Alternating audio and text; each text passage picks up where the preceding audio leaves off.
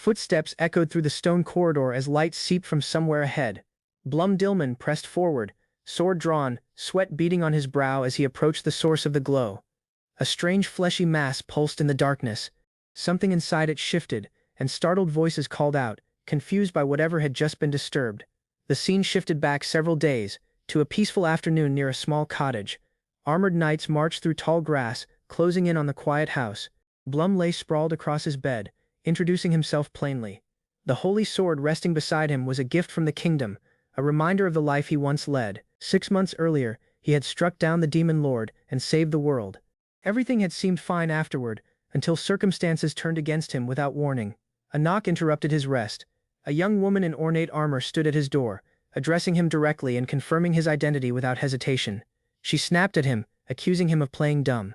Blum simply confirmed his name, unaware of what order she claimed he'd ignored. She revealed her purpose. The kingdom's assassins were hunting him now. Once celebrated as a hero, he had been branded an enemy by royal decree. Confusion turned to combat as she lunged, demanding he face her properly. He raised his sword, weary, having lost count of how many times this had happened already. Light gathered around his blade as he unleashed a devastating attack, piercing through everything in his path with practiced precision. The surrounding knights were hurled backward through the air, their formation shattered in an instant by the sheer force of his strike. Every attacker who came for him ended up scattered and broken. The woman watched, stunned, as the entire assault crumbled before her eyes. Blum lowered his sword slightly, taunting her with a faint smile, inviting her to continue if she still intended to fight him. Enraged, she screamed that she'd kill him, calling him a monster as she lunged again, refusing to back down despite what she'd just witnessed. Their blades clashed once more, steel meeting steel as the fight escalated beneath the pale glow of the moon. He acknowledged her spirit but pointed out her inexperience, pressing his blade forward until she had nowhere left to retreat. Pinned and trembling, she could only stammer as he spoke of a lifetime spent killing demons without pause. He confessed indifference toward who he'd struck down, women or children included, insisting he'd merely followed orders. Now, with roles reversed, he refused to entertain her pleas. He studied her closely, recognizing the mark of someone trained to become an elite assassin, questioning whether she truly was a knight at all. With his expression darkening, he told her she should have been prepared already, leaving the reason unspoken as the tension between them lingered. Her death now seemed inevitable, and the realization struck her with visible terror as she trembled before him, unable to look away. Overwhelmed by fear, she broke down completely, tears streaming as panicked sobs escaped her. The pressure of the moment had finally become too much to bear. Blum stood over her, arms crossed, quietly noting that in a place like this, fear alone had caused her to lose control of herself. He admitted to himself that he didn't want another corpse added to his count, wondering if he was starting to grow soft after everything he'd done. The shock proved too much, and she fainted right there. His thoughts drifted back to half a year earlier, when he still stood against the Demon King himself. She lay collapsed on the floor, and he reflected grimly that threatening girls until they wet themselves was hardly something a hero should be doing. Standing near his cottage, he wondered what to do next. The kingdom already knew about this hideout, and that alone made the situation far worse. Exile crossed his mind, but he realized the hero title would drag him into politics no matter where he went, since staying meant constant attacks. Leaving the continent seemed like his only real option. He considered a distant region untouched by both the empire and the kingdom, but quickly dismissed it as inconvenient, searching instead for somewhere truly safe. His thoughts settled on the underground labyrinth, the very place where the demon lord once hid, buried deep beneath the earth. He admitted it was hard to process, even sarcastically, that a dungeon built by the demon lord might be the one place a hero like him could finally relax. Descending the stairs, he felt as though he were being swallowed whole, recalling how naive he'd been on his first visit, back when the dungeon still resembled a living demon. Memories surfaced of Viola, Noah, and Al, the companions who had once stood beside him, since back then he hadn't faced this place alone. The labyrinth stretched before him, full of traps and demons waiting to kill intruders, though he'd conquered it years ago alongside his old party. Losing focus here could mean getting lost or dying, he reminded himself, walking forward with the quiet confidence of someone once known simply as the hero. A hooded figure emerged from the shadows, remarking coolly that they'd been expecting his arrival, or something close to it. A maid named Irene confirmed his identity to her master, and together they pressed deeper, reaching the 5th underground floor with his holy sword lighting the way. Something unexpected darted past him, catching him completely off guard as he demanded to know what exactly was happening. More small creatures scattered around, but strangely, none of the dungeon's usual hostile demons or deadly traps remained, leaving him to wonder if he'd made some kind of mistake. Sensing someone behind him, he spun around to find a demon girl in maid attire, who addressed him directly, confirming his name and leaving him to wonder whether she meant him harm. Deep on the fifth underground floor of the Demon Lord's labyrinth, small slime creatures drifted past unnoticed. The demon maid introduced herself, confirming Blum's identity, while he stared back in disbelief at her sudden presence. He questioned silently what she could possibly be doing this far down in the lower levels, unable to make sense of her appearance in such a dangerous place. His attention shifted when he noticed something odd embedded in the wall nearby, distracted momentarily from the stranger standing before him. Magic minerals, valuable crystals scattered throughout the dungeon, caught his eye next. He wondered aloud who had devised such bizarre traps, certain he'd never encountered anything like them during his earlier conquest. The slimes nearby continued ignoring easy prey right in front of them, behaving nothing like the hostile monsters he remembered from the Demon Lord's territory. He found it hard to believe a demon would casually appear on the fifth floor. Deciding to get answers, he resolved to make her explain herself properly. She hesitated, murmuring his name softly before trailing off, clearly holding something back that she wasn't ready to say outright. Silence stretched between them as she stood there, saying nothing further, leaving him increasingly unsettled by her quiet composure. She admitted she'd taken a nap while waiting, since the conversation seemed like it would drag on longer than expected. When he asked who she truly was, she answered simply that she was just a maid, though her tone suggested she wasn't thrilled with the question. She introduced herself properly at last, giving her name as Irene, speaking with quiet confidence despite the strange circumstances surrounding their meeting. He complimented her name, though his guard remained up, still wary of what she actually wanted from him. He pointed out that he hadn't forgotten she somehow knew his name already, finding it unusual for a demon dressed as a maid to be wandering a dungeon at all. She explained that her master had told her his name directly, and that same master had ordered her to come find him specifically. His mind raced toward one possibility, the Demon Lord himself, though he insisted that was impossible since he'd killed him personally. She urged him to stop overthinking and just be honest, insisting further resistance would ultimately prove meaningless. She offered him a choice, either accompanying her to the 20th floor or going alone, mentioning she could teleport him straight to her master if he agreed. After a long exhale, he decided he could probably trust her, despite everything still feeling uncertain. He asked politely who her master actually was, wanting clarity before deciding whether to follow her further into the unknown. She admitted she didn't actually know the answer herself, prompting him to question how she could serve someone without even knowing their identity. Irene took his hand, urging him to go now, and the space around them shimmered violently as teleportation magic began to activate without warning. Nothing happened after the initial burst of energy. She explained plainly that the spell required chanting, leaving him confused about what had gone wrong. Blum wondered if his own special ability was interfering somehow. She theorized that his high resistance to magic, a trait called magic power resistance, might be making it harder to transport them both together. She adjusted her approach, and this time it seemed to work, confirming aloud that the spell could finally proceed.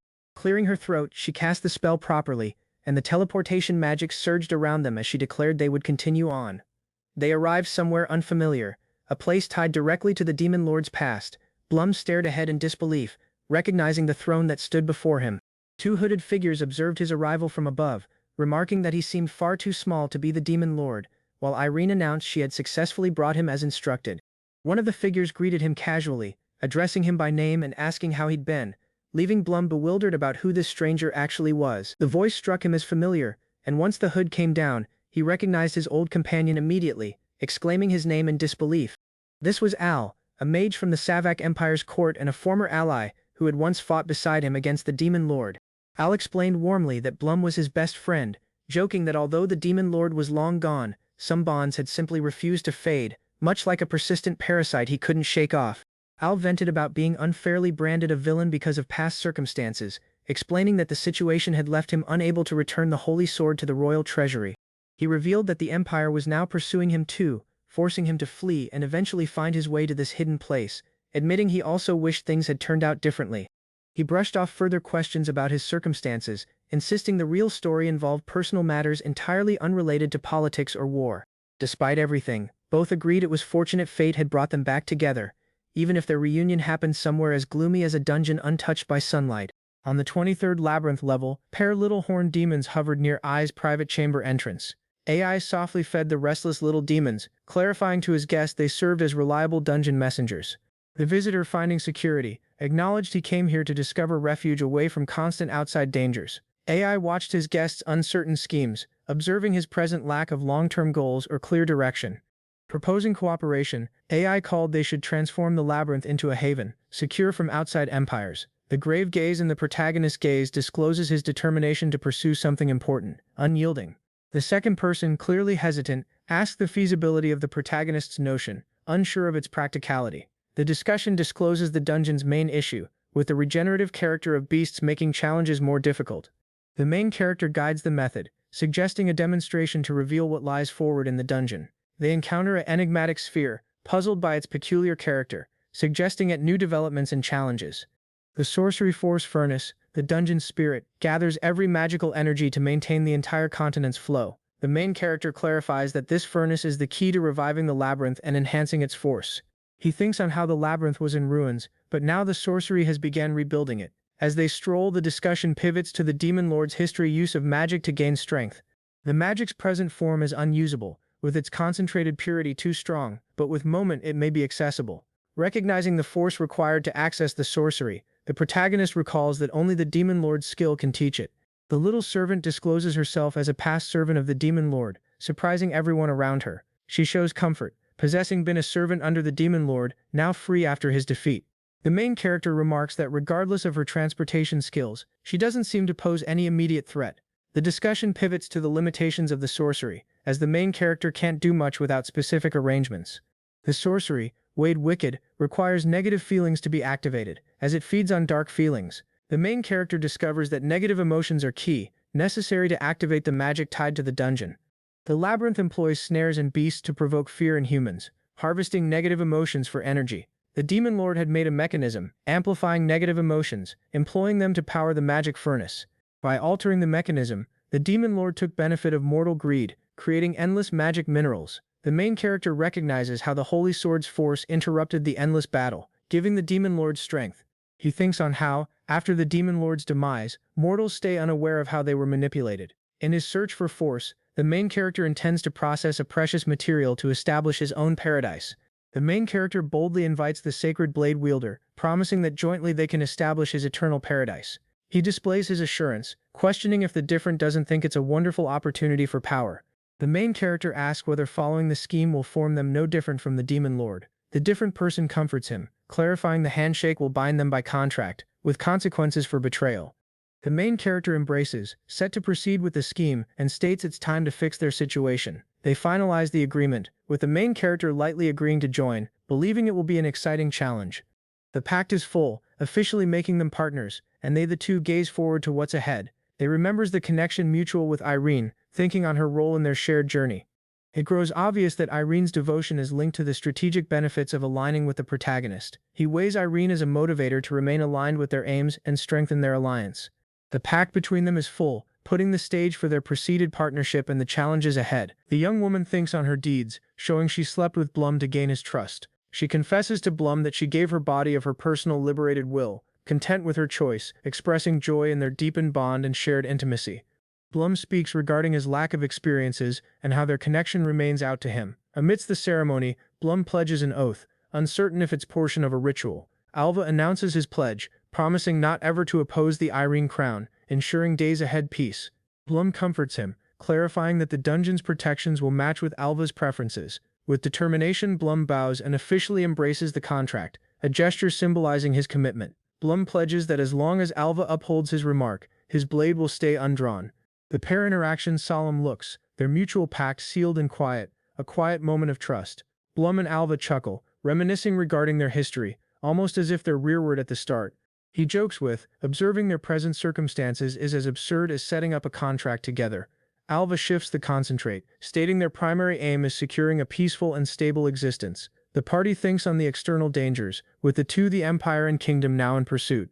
Alva remarks on the dungeon's incomplete condition, emphasizing that sufficient defenses are essential for safety. The party talks about the require for more negative force, planning to prevent powerful intruders from entering. An invader alerts the party, guiding the chief to reveal plans for teaching new tasks. The main character readies to reveal the dungeon's horrors, as his ally becomes uneasy with the situation. Ren Zinnik, an explorer, finds herself caught in a labyrinth, lamenting her decision to go deeper. The chief clarifies how invaders favor Ren will help the dungeon by accumulating negative feelings from them. The main character rejects the demon lord's method as inefficient, promising a more clever tactic for capturing invaders. He presents a unique combat slime that attracts dirt and perspiration, setting up a new plan. The slime is released, making chaos among the invaders, guiding to a startling reaction from them. Renzinnik is stunned by the slime's unexpected look, uncertain of what's happening to her. The slime causes unforeseen danger, guiding to a panicked Renzinnik insisting help from the dungeon's inhabitants. Renzinnik fights as the slime covers her, sensing humiliated and challenging whether this method will function. The main character clarifies that further corruption guides to more negative energy, making the slime's effect more potent. Renzinnik is overcome as the slime proceeds to spread, making her uncertain and anxious regarding the outcome. Renzinnik frantically begs for the slime to halt, recognizing it's becoming harder to escape its grasp. The main character quietly remarks the refine is slow but more effective than previous methods for generating negative energy. Renzinnik, clearly drained, begs for the refine to stop, overwhelmed by the relentless slime. The main character displays away a mystic box, explaining how he stores negative energy within it for later use. He demonstrates the sorcery box, which draws in the negative force he's gathered, increasing its force. The main character remarks Renzinnik's mighty emotions of frustration and helplessness as the box absorbs her energy. Content with the outcomes, the main character clarifies how the dungeon fulfills his desires, with minimal cleanup required. The main character eagerly announces the dungeon's distinct nature, with an air of excitement and flair. A person asks the protagonist's methods, uncertain regarding the effectiveness of his approach to the dungeon. Hilda, bound and frantic, fights against her restraints, sensing the pressure increasing as the dungeon test intensifies. Hilda's concentrate sharpens as she battles the sensations immense her, fighting to complete her task. With a piercing cry, Hilda's defense weakens, perspiration trickling down as her control slips. The Labyrinth Overseer commends the little fiends for their success, unconscious of Hilda's internal combat. 10 days into her imprisonment, Hilda's determination weakens as she thinks on her circumstances in the labyrinth. With Hilda increasing uneasy, the party schemes to advance her back to the dungeon's entrance. The champion hesitates briefly, challenging his position, while his allies prepare for teleportation back. Blum welcomes them at the dining corridor, remarking on their difficult work with a smile. A banquet waits as the party relishes a well-earned meal, discussing the replenished stock of ingredients. Blum is scolded for his manners, told to wash his hands and display gratitude. Blum serves the final of the dishes, while the champion commends the food with gratitude. Blum, holding an enigmatic box, is questioned regarding the success of his job earlier. The box discloses its contents, startling Blum as a mighty unforeseen result appears inside. Blum's success is celebrated, with everybody eager to employ the newly obtained sorcery force efficiently. The champion is puzzled as Blum speaks regarding leveling up, uncertain of what that means. A detective foreboding fills the atmosphere as footsteps echo via the dungeon's shadowy hallways. Vice, accompanied by enigmatic people, reaches, unsheathing attention as their presence disrupts the dungeon's quiet. A ritual commences, providing force to the gloom, as they invoke the forces beyond reach. The ritual intensifies, summoning shadowy force to consume innocent beasts, blending glow with shadow. The champion observes in shock, unsettled by the gloom descending and its effects on the group. The shadowy force intensifies, crackling ominously as the ritual's force arrives at its peak in the dungeon. The champion asks whether the accumulated sorcery can really be trusted, though the results are undeniable. Blum commences formulating schemes to restore the labyrinth, targeting to create a paradise despite corruption. As the ritual proceeds, the gloom becomes, with its influence affecting also the surrounding environment. Blum says sorry sheepishly, showing he couldn't slumber the evening before, distracted by thoughts of an unusual trap. Blum clarifies a perilous ability made by the Demon Lord, highlighting the risks of using it. As Blum assists, his ally, a sorcerer, appears to have underestimated his own capabilities. Blum questions why the sorcerer, a court official, is involved in such a complicated circumstances. The sorcerer, overcome, attempts to remain calm, knowing something else is driving his actions secretly. Abruptly, a young woman emerges, summoning out for her master Blum as a significant change unfolds. Blum's follower reports invaders, showing worry for Blum's condition while observing something is amiss.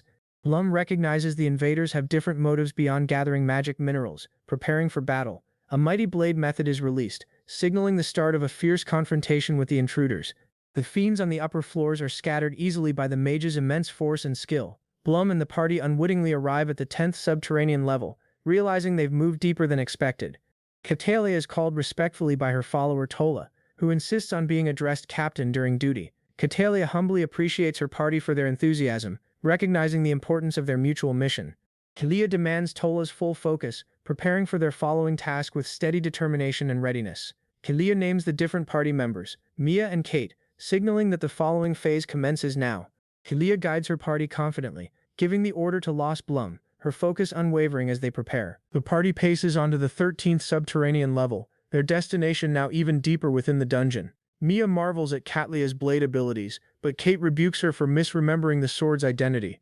Kate corrects Mia's mistake once more, emphasizing that the blade is enchanted, not entranced, regardless of Mia's protests. Tola, showing worry for the task, reminds the party that their objective is the hero, Blum. Katlia recognizes the team's calmness, also as uncertainty about their readiness for Blum's challenge linger. Tola spots Frederica lagging behind, making worry as the party advances toward their mission's goal. Frederica, holding weighty equipment, fights to keep up, prompting a teasing remark from Tola. Frederica thinks on her inability to kill Blum, remembering her downgrade to a low-class knight. Regret fills Frederica as she recalls her unsuccessful task, recognizing the gravity of her disgrace. Resolved, Frederica pledges to redeem her pride by slaying Blum, seeking to restore the Palm household's name. Frederica confidently announces, "I'll display you," as the party confronts a new challenge in the dungeon.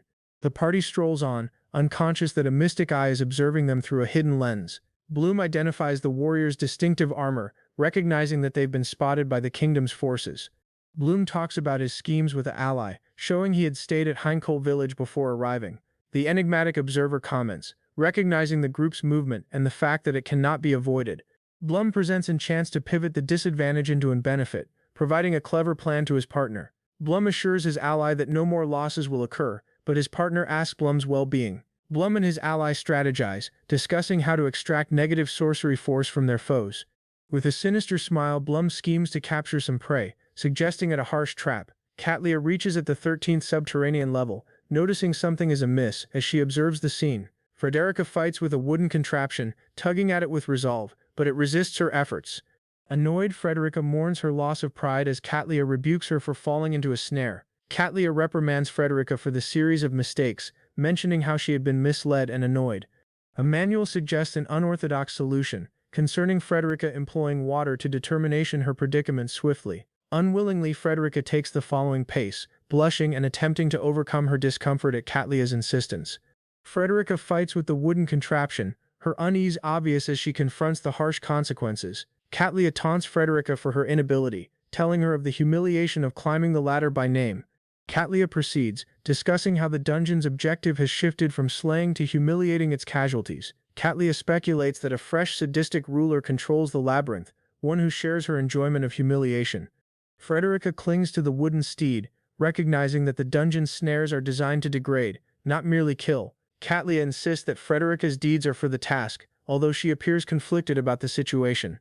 Frederica, resolved, shoves ahead, declaring her deeds are for Katlia's sake, despite the discomfort. Tola, worried, asks the moment used on this, while considering Frederica's strength might be of use. Katlia compares Frederica to a chess piece, recognizing her worth but cautioning against rash deeds. Regardless of her frustrations, Katlia forgives Frederica's mistake, identifying her efforts were driven by a profound devotion. Frederica says sorry for her before mistake, but Katlia rejects her worries, assuring her it wasn't for her sake. Frederica shows her gratitude to Katlia, although she yet appears embarrassed by her actions.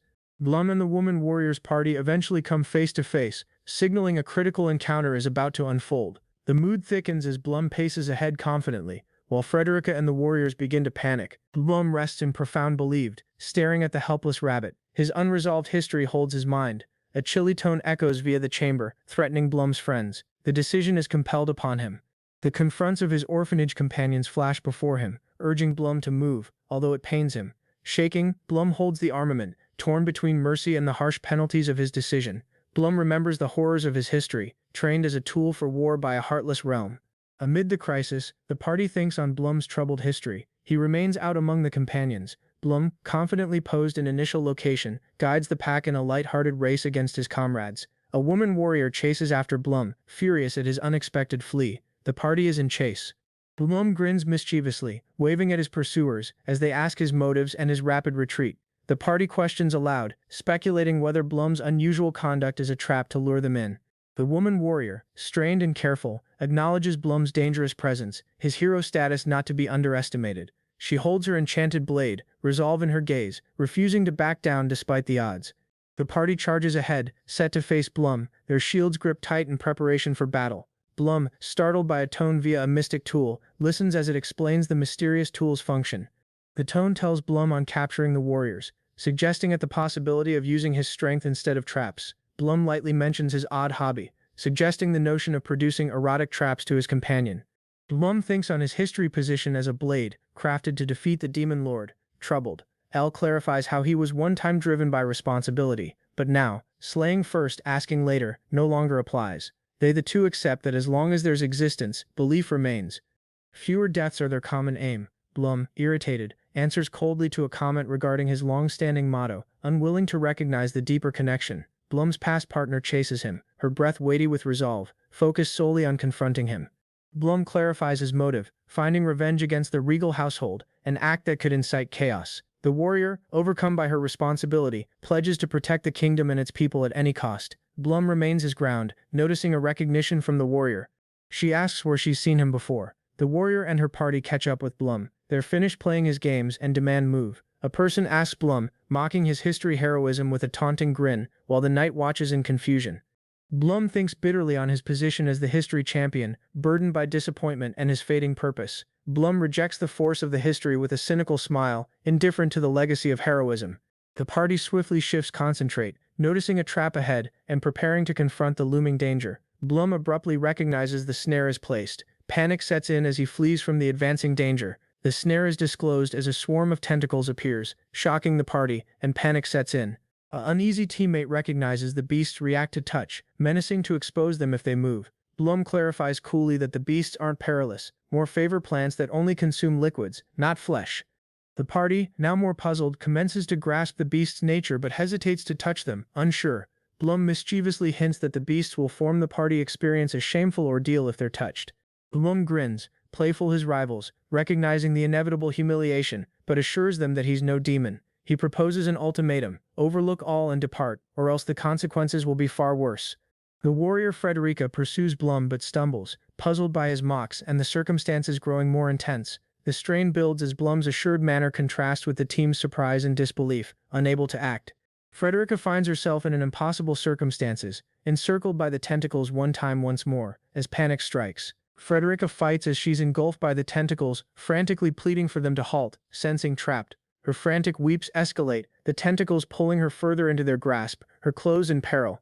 The party appears on in surprise as Frederica battles against the grasping tentacles, realizing the situation's severity. Blum, observing the chaos, grins, entertained by how readily the plant-like snare ensnares them. He continues observing. He comments on Night Palm's offering, recognizing that their survival depends on employing this opportunity wisely. Tola is faced by her deeds as Frederica's battle proceeds, and the team debates their next move. One party member asks whether to concentrate on rescuing the knight or confronting Blum, torn by duty. Blum coldly suggests that, after completing their task, the party can rescue Palm, with little belief for Tola. The circumstances pivots darker as the lady shouts for the team's support in her quest for revenge. Blum becomes irritated, disgusted by her mindset, accusing her of behaving favor the corrupted royals from the metropolis. Tola is trapped away sentinel by Blum's unexpected change in demeanor, clearly mocking her reaction. Blum leaps into move, his rage fueling him as he charges towards his objective with intensity. A teammate cautions Blum, telling him to concentrate on defeating Blum Dilmond instead of engaging in private conflicts. Blum grins, preparing for combat, his armament rushed with energy, ready to strike his foes.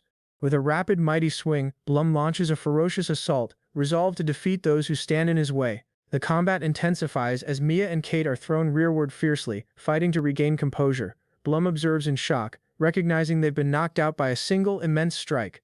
A assured person paces ahead, unleashing the powerful Blitz Spada, crackling with lightning energy. The discussion shifts as Blum and the outsider talk about the enchanted sword's history and true wielder.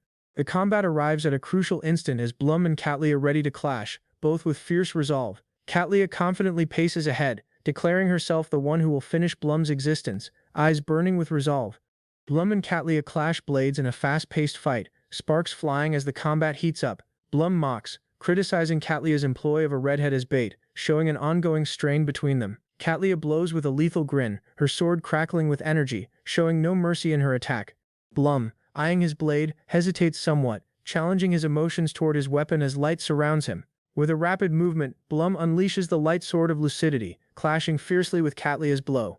Katlia's enchanted blade trembles, its force crumbling as Blum's glow forces it to flicker and fade. Understanding dawns on Katlia's face, this sacred sword's force is far outside her expectations.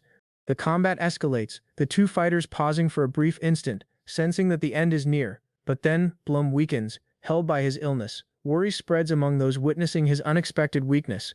Blum's ideas deepen as he remembers the male who was compelled to fight the demon lord, a tragic hero. A teasing comment from an ally, summoning it, the can't leave victims alone syndrome, lightens the mood slightly.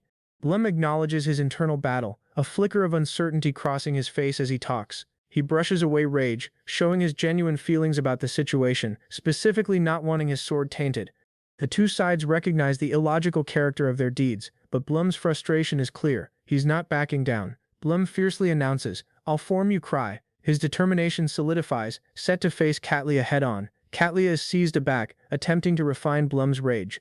She asks why he's fighting for her foe. Katlia commences to unravel the reality, recognizing that the one who injured her is Blum's enemy. As the duel finishes, Katlia's mind is clouded with uncertainty and doubt, making her with unanswered questions. Faces a challenge. His rival, a rabbit, lies lifeless as the combat becomes increasingly dangerous. Blum recalls his history fights while the woman knights, armed with swords, charge him, ready for battle. The warriors ready to blow, their confronts full of determination, as Blum begins to counter their moves. A youthful observer comments on Blum's ability, impressed by his talent to grip back against two opponents.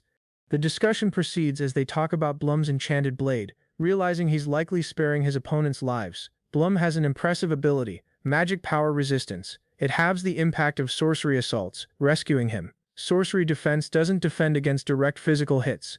The lightning-infused blade could yet be a lethal danger. Also with his sorcery defense, a lightning-infused blow would be fatal for Blum, leaving him vulnerable. Blum is cautious. He avoids aggressive counterattacks, identifying his rival's increasing might and preparedness to strike.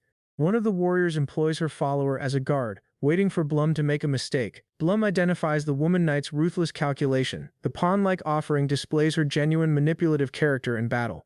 Blum readies his enchantment with resolve, aware that his following move will force the knights to act. The warrior feints, aware her assault won't struck. She's putting up for a more tactical advance. Blum notices the shift.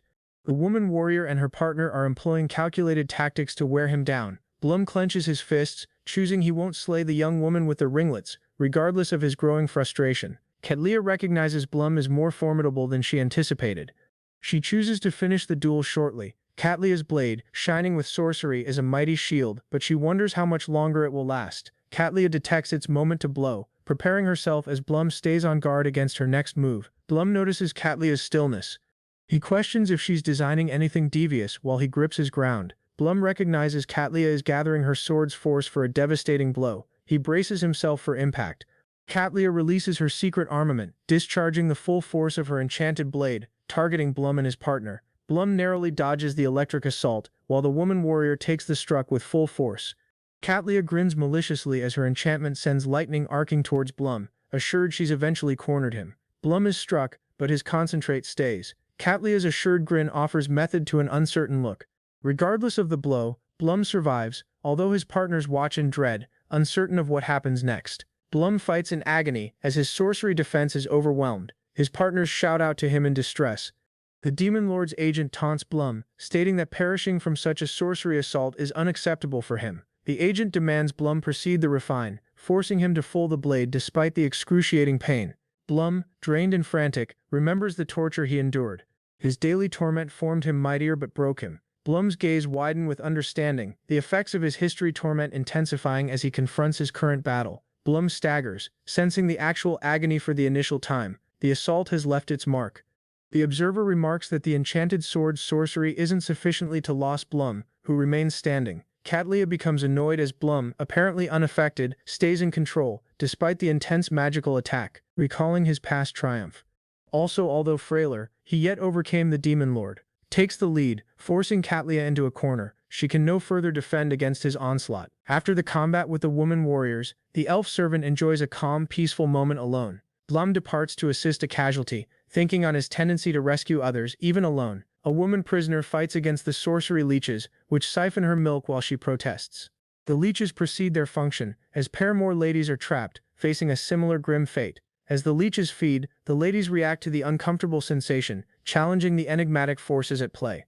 Mia begs for Kate to assist her as the leeches proceed their relentless feeding, unease increasing. Kate, incapable to assist, observes helplessly as Mia loses consciousness from the immense sensations of the leeches. Mia and the different ladies battle, recognizing they are being observed by someone in the shadows. Blum questions regarding the circumstances, checking in on the captured ladies as they endure their grim fate. Blum assesses the unsuccessful search, recognizing the tentacles vanishing signifies the completion of the leech's task. Blum, recognizing the circumstances, recognizes the girl's condition, her vulnerability clearly marked by the intense ordeal. Mia, drained and spaced out, thinks on her history deeds, chasing Blum despite everything she'd endured. An unexpected interruption comes from a colleague telling Blum not to overlook extracting negative sorcery power.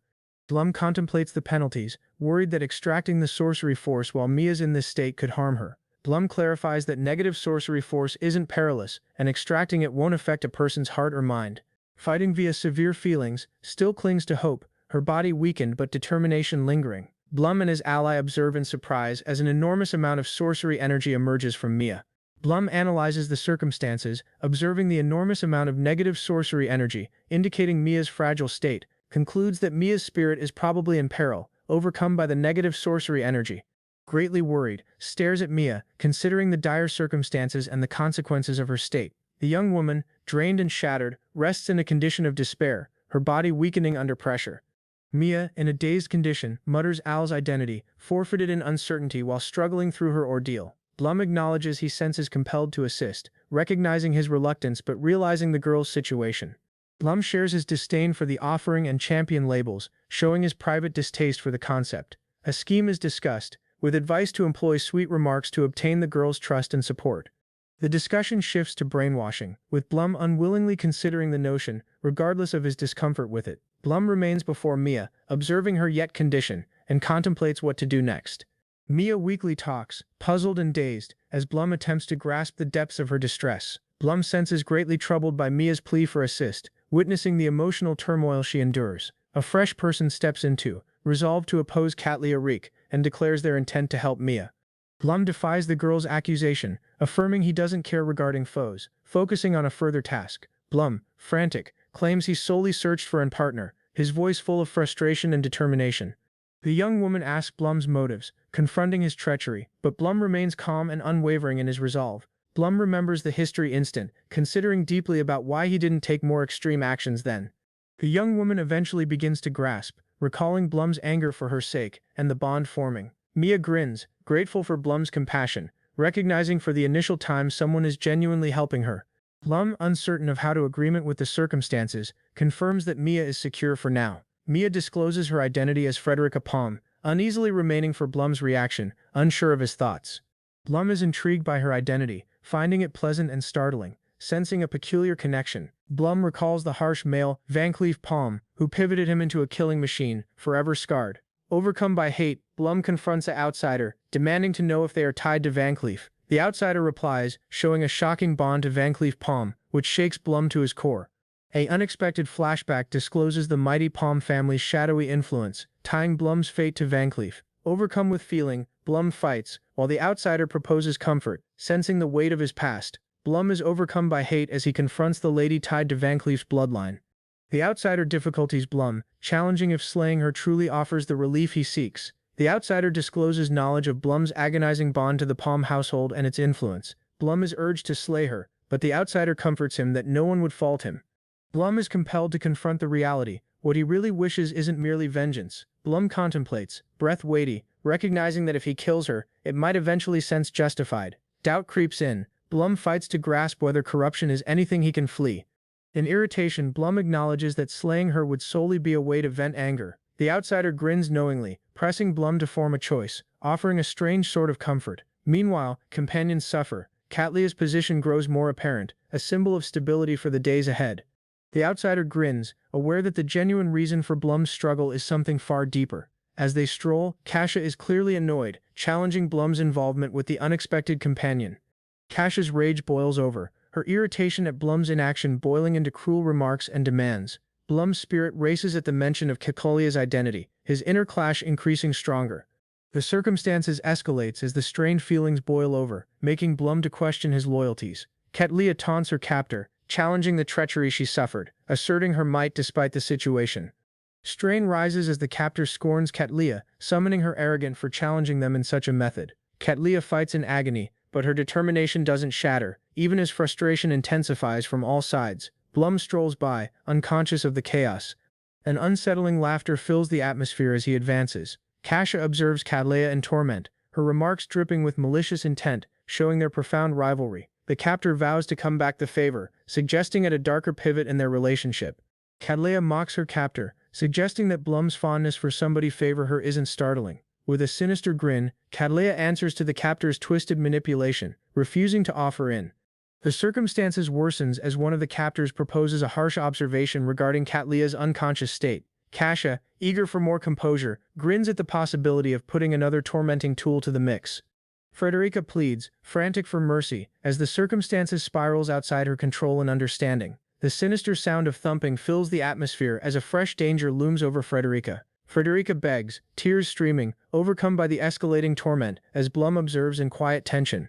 Frederica's agony intensifies as the tormenting beasts inflict agony, her shriek ringing through the chamber. Cattleya glares at the circumstances, observing Frederica's breaking point, her mind working via twisted ideas. Agony overwhelms the casualty as she endures torment, her spirit breaking under the relentless pressure. The severe sorcery force builds inside as the dark magic resonates through the tortured body. A shadowy power appears, representing the twisted punishment meted out to the three knights. The dungeon's initial level features a little, blob-like beast, aimlessly floating near the entrance. The beaten warrior slumps as a banner declaring "losers" is gripped over her mind in mockery. Blum complains of exhaustion while holding 4 individuals, a little beast commenting on his fatigue. Blum assures the beast that he'll regain force by evening, regardless of his current exhaustion. With a glow toss, Blum sends the slime rolling, while his allies observe the teasing moment. Blum, content with his function, announces he's completed cleaning, while the little creature observes nearby. A person shows shock, remarking on how far Frederica has gone, draining others dry completely. Blum muses that it's usual for individuals to view their foes or opposers as wicked or cruel. Characters talk about their ideas on the beaten group's fate, speculating they'll come back to the royal capital. An eager, excited person questions Blum for directions, questioning Blum. Frederica, brainwashed, has grown strangely attached to Blum, who's jokingly compared to a pet dog. Blum senses flustered, remembering the awkwardness, and thinks on how the brainwashing was amateurish. Blum weighs the possibility of Frederica's remorse for her treachery, asking if she'll harm herself. Blum resolves to question Al for shelter for Frederica, aware it's the solely option left. The entrance opens, representing the begin of a fresh day, as the story progresses forward. Frederica, now sane, senses remorse for betraying her allies, although she rejects the cause of distress. Frederica fights with remorse, still justifies her deeds, though deep down she's unsure about them. Blum recognizes Frederica senses no remorse for her deeds, seeing her struggle with this emotional void. Blum grasps Frederica's internal clash, where she fights to reconcile justice with the wicked within. Blum, with resolve, presents a proposal to Frederica, catching her focus as everybody observes closely. Blum boldly announces to Frederica, "Become mine," while she stays quiet, attempting to process it. The party reacts with shock and laughter at Blum's declaration, fighting to contain their amusement. Frederica questions Blum what he means, puzzled by his proposal, while Blum stays resolute and composed. Blum proposes a existence away from the realm, saying it's better than continuing the knight's route. Blum and Frederica, the two silent, remain jointly, each contemplating the possible paths before them. Frederica questions why Blum's remarks now sound charming, recognizing she's no further feeling manipulated by him. Blum shows his wish for Frederica to discover balance between her detective justice and corruption. Blum informs Frederica that one time she identifies her clash, things will become much easier for her. Hesitant, still advanced, accepts with Blum, grasping his hand firmly, emotions flooding in. Holding Blum's hand, Frederica grins, observing the comfort, sensing comforted by their shared moment. Blum, startled by Frederica's belief-in, questions why her response is different now compared to yesterday. Blum informs Frederica that her battle between justice and corruption is merely the natural mortal condition. Blum encourages Frederica to embrace her clash, believing that identifying it will form everything simpler. Blum thinks on how Frederica's existence is changing him, compared to his prior self before Al. Ally points out that no issue Blum's causes, it's him who caused Frederica's grin. Blum's ally philosophizes regarding everybody possessing a soft side they cannot ignore, despite not liking it. Moving away, embraces his loss, uncertain if the conflict is truly resolved or ongoing. The girls practice under Blum's observe, fighting with their training but yet attempting to impress him. As Blum takes further, the young woman remains patiently, her her look shifting from concern to impatience. She recognizes Blum's comeback, but asks whether her remaining makes her seem too eager for him. She chooses to move indifferent, pretending annoyance as Blum approaches with an unfazed look on his face. Blum strolls with another lady, unconscious of her watchful gaze, as she pulls on his shirt. The young woman stares at Blum, puzzled by his deeds, challenging what exactly he is thinking. In an instant of relaxation, she awakens, appearing drained but intrigued by the ongoing circumstances. She thinks on the moment past since the Cattleya case, maintaining a semblance of routine. The labyrinth stays active, as negative sorcery force is harvested from intruders falling into traps each day. Frederica, a fresh addition, emerges eager to participate the group. The party weighs her potential. Blum has been sleeping more often lately. The young woman spots his profound slumber and questions why. One time plagued by repeated assassination efforts, now sleeps peacefully. A stark shift in behavior. The young woman thinks on Blum's history, linking his newfound calm to their shared experiences and mutual interests. Blum and the young woman hold an instant. He grins, holding her hand as they relish comfort. Content with his restful nights, rests beside her. The young woman shows mixed emotions regarding his behavior. The young woman worries regarding Blum's severe activities, challenging whether she can handle his demanding pace. Irene checks her position, worried regarding her HP dropping early, and thinks on her tiring day. Frederica has adapted to their daily existence, but Irene senses curious regarding her conduct. Irene and Frederica talk about Blum's condition, with the two asking if he's still asleep or resting. Frederica attempts to explain her deeds, but her remarks grow tangled, revealing a hint of jealousy. Uneasily approaches Blum in the bath, recalling their history discussion where he vowed to make her his. Clarifies his remarks from the history, intending to offer Frederica a more professional position. Blum, spotting Frederica's shame, attempts to reassure her, suggesting she attempt again without feeling pressured. Senses self-conscious, hesitating as Blum observes, her feelings mixed between wish and uncertainty. After an instant of reflection, Blum recognizes Frederica's emotions, identifying her innocence in the situation. Irene jokes with Frederica, questioning if she's Blum's lady. Frederica is stunned, flustered by the brave suggestion, yet flustered, attempts to gather herself, but Irene playfully shoves the subject further with a smile. The discussion proceeds, with Frederica challenging Irene's motives, feeling conflicted about her feelings for Blum. Irene offers advice to Frederica, implying that if she really desires Blum, she must be more assertive. Considering Irene's remarks, shows her exhaustion, asking how much longer she can handle the emotional strain. Thinks on Blum's remarks, recognizing that she solely possesses half of him, just like he does. Frederica and Blum, possessing focused for half of every different, struggle with their unresolved desires.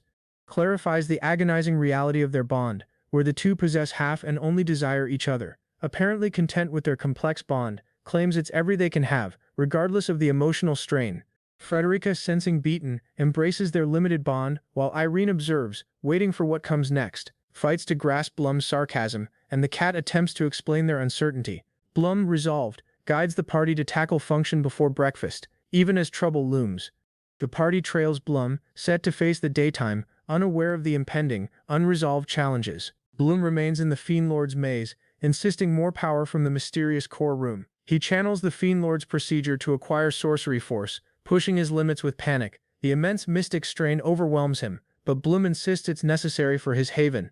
Beatrice pledges to succeed in her job, resolved to arrive at Blum and fulfill his wish. Mion gazes out the opening, considering regarding Blum while he observes her from a distance. The opening displays an enigmatic handprint, suggesting it's something or someone important approaching Blum. Mary Harlan and Roy Harlan hold a noisy, boisterous chuckle as they proceed their journey. The trivia clarifies the labyrinth's position, while Mary and Roy's laughter echoes about the area. Kairos Rodley, with worry, asks their deeds, noticing something strange, but Roy laughs it off. Roy, noticing Kairos's worries, rejects them jokingly, but something in the air feels off. Mary and Roy chuckle, clarifying their family's combat ritual that involves intimidating laughter to lost foes. Kairos clarifies the mission's objective, but Roy jokingly brushes away his worries, focusing on the journey. Mary and Roy talk about the objective, Alva Arcanum Royce, an ex-court magician accused of treason. Kairos shows irritation with Nina's existence, challenging why she was included in a dangerous mission. Nina, chilly and resolute, announces her hate for Alva Royce, whose deeds against Mion anger her. Full of rage, pledges to slay Alva Royce for his deeds against Mion-sama. Beatrice justifies Nina's existence on the task, emphasizing her abilities and her devotion to Mion. Nina proudly announces herself an adult at 18, a mighty sorcerer from the Detram household, flustered after Kairos asks her years, making her to angrily rebuke him. Kairos and Roy talk about Nina's existence, showing the dangers of the labyrinth and their mission. Roy jokes regarding Nina owing him a favor, while Kairos stays uncomfortable with the circumstances. Nina uneasily gazes the masked warrior Beth, noticing something unusual about the mysterious figure. Beth is questioned if she's set, while Roy chuckles, keenly preparing the Harlan party for action. The shining finish of a staff hints at a concealed force, increasing the tension in the air. Mion, the Zavek Empire's royal, examines her blade, observing the lack of luster and sharpness. Mion fights with the order to come back to the imperial metropolis, feeling torn by duty. Suspended in despair, Blum contemplates Al's secret, urging anyone coming for him to move swiftly. That evening, Blum found pair ladies, and a deep connection formed between them. Their bond became swiftly, and shortly they shared an undeniable, passionate bond. Blum formed a pledge, promising to come back before it was too late, their belief intact. Amidst the quiet, a faint existence emerged, and somebody desperately called Blum's name. Blum eventually woke, greeted by a relieved attendant, glad to notice him conscious again. Abruptly awakens up, puzzled regarding his actions, remembering the strange events before he passed out. His attendant reminds him that he absorbed the core's mystic force, guiding to his collapse. The attendant observes him intently, doubt rising as Blum reacts uneasily to the new magic. Blum, recognizing the attendant understands, acknowledges the truth about the magical power and his strange actions. The attendant, drained by Blum's antics, shows shock and frustration, feeling helpless about the situation. The fiend ruler taunts Blum, telling him that he's only human and not capable of the impossible. Blum's attendant detects anything is incorrect, questioning his intentions while preparing for what comes next. Abruptly, an invader is detected, making a boisterous response as the situation turns tense. A assured person emerges in the sight, ready to take action, laughing wildly as she descends. With rapid motions, she engages in battle, showing no delay as she faces her opponent. The combat intensifies as the assured person proceeds to fight, skillfully evading attacks while mocking the enemies. A fresh person steps into the sight, revealing his disdain for humans as he prepares for battle.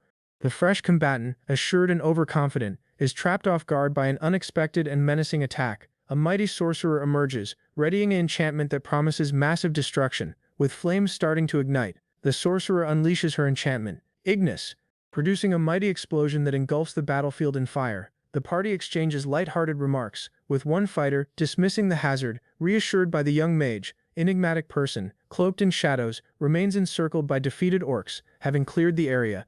A report discloses that 5 invaders have ruined the orc party, signaling the escalation of the conflict. Blum's attendant suggests he recover, but Blum is resolved to move after the intruders, feeling responsible.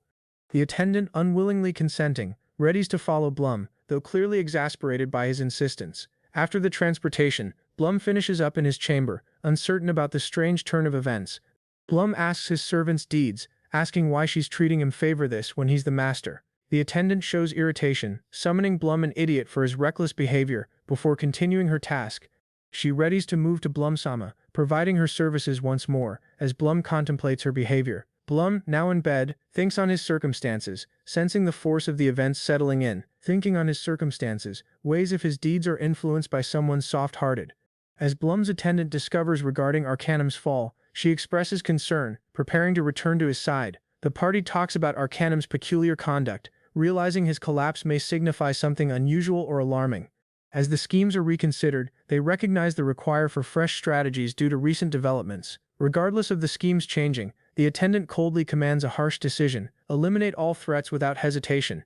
The party talks about the risks, recognizing that minimizing casualties is crucial now that Al can assist. One of Blum's subordinates accepts to trail his commands, although with a hint of doubt.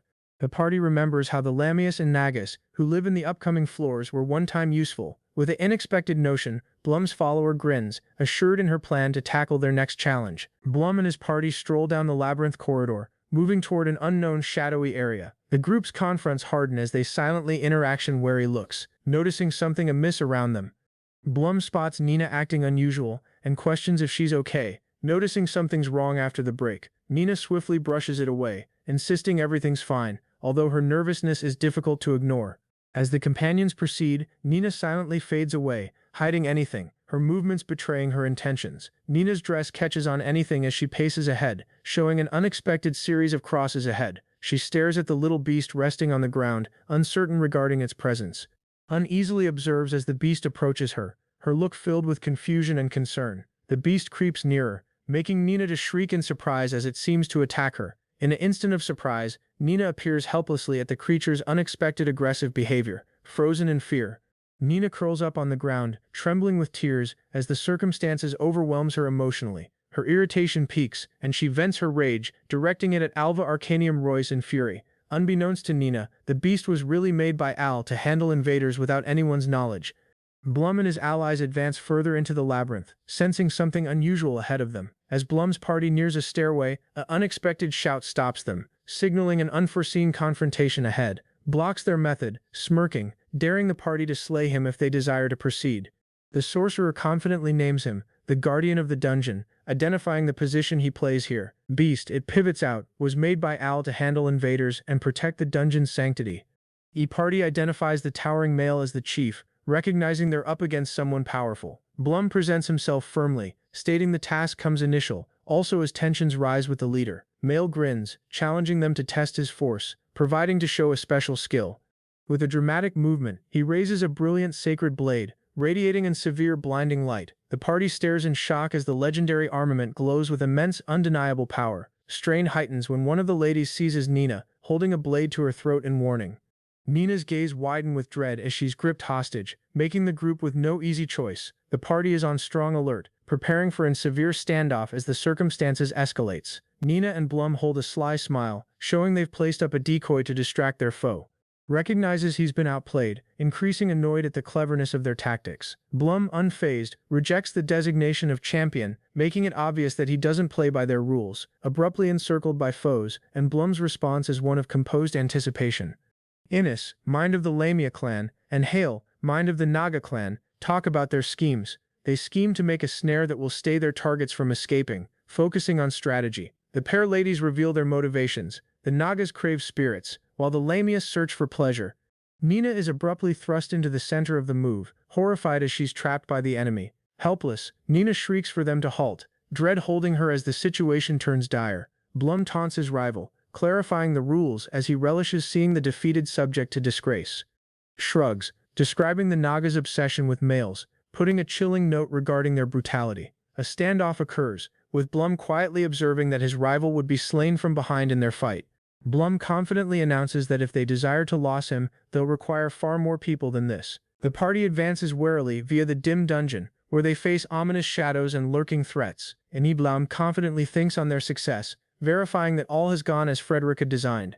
The party talks about Frederica's unforeseen tactics, impressed by her talent to manipulate monsters for their cause. A masked person cautions Beth of the unfamiliar force ahead, instructing her to be vigilant. Beth confronts a cloaked person, readying herself for a combat with steady resolve in her eyes. Recognize Blum might really be the champion, intensifying their resolve to eliminate him. Blum jokingly difficulties them, assured in his might. His party is set for anything. The foe remarks on Blum's heroic position but announces they will not dash from him. Blum confidently thinks on their success, verifying that all has gone as Frederica designed. Blum come de remio not. They excitedly announce their scheme to engage in the Harlan-style battle ritual for triumph.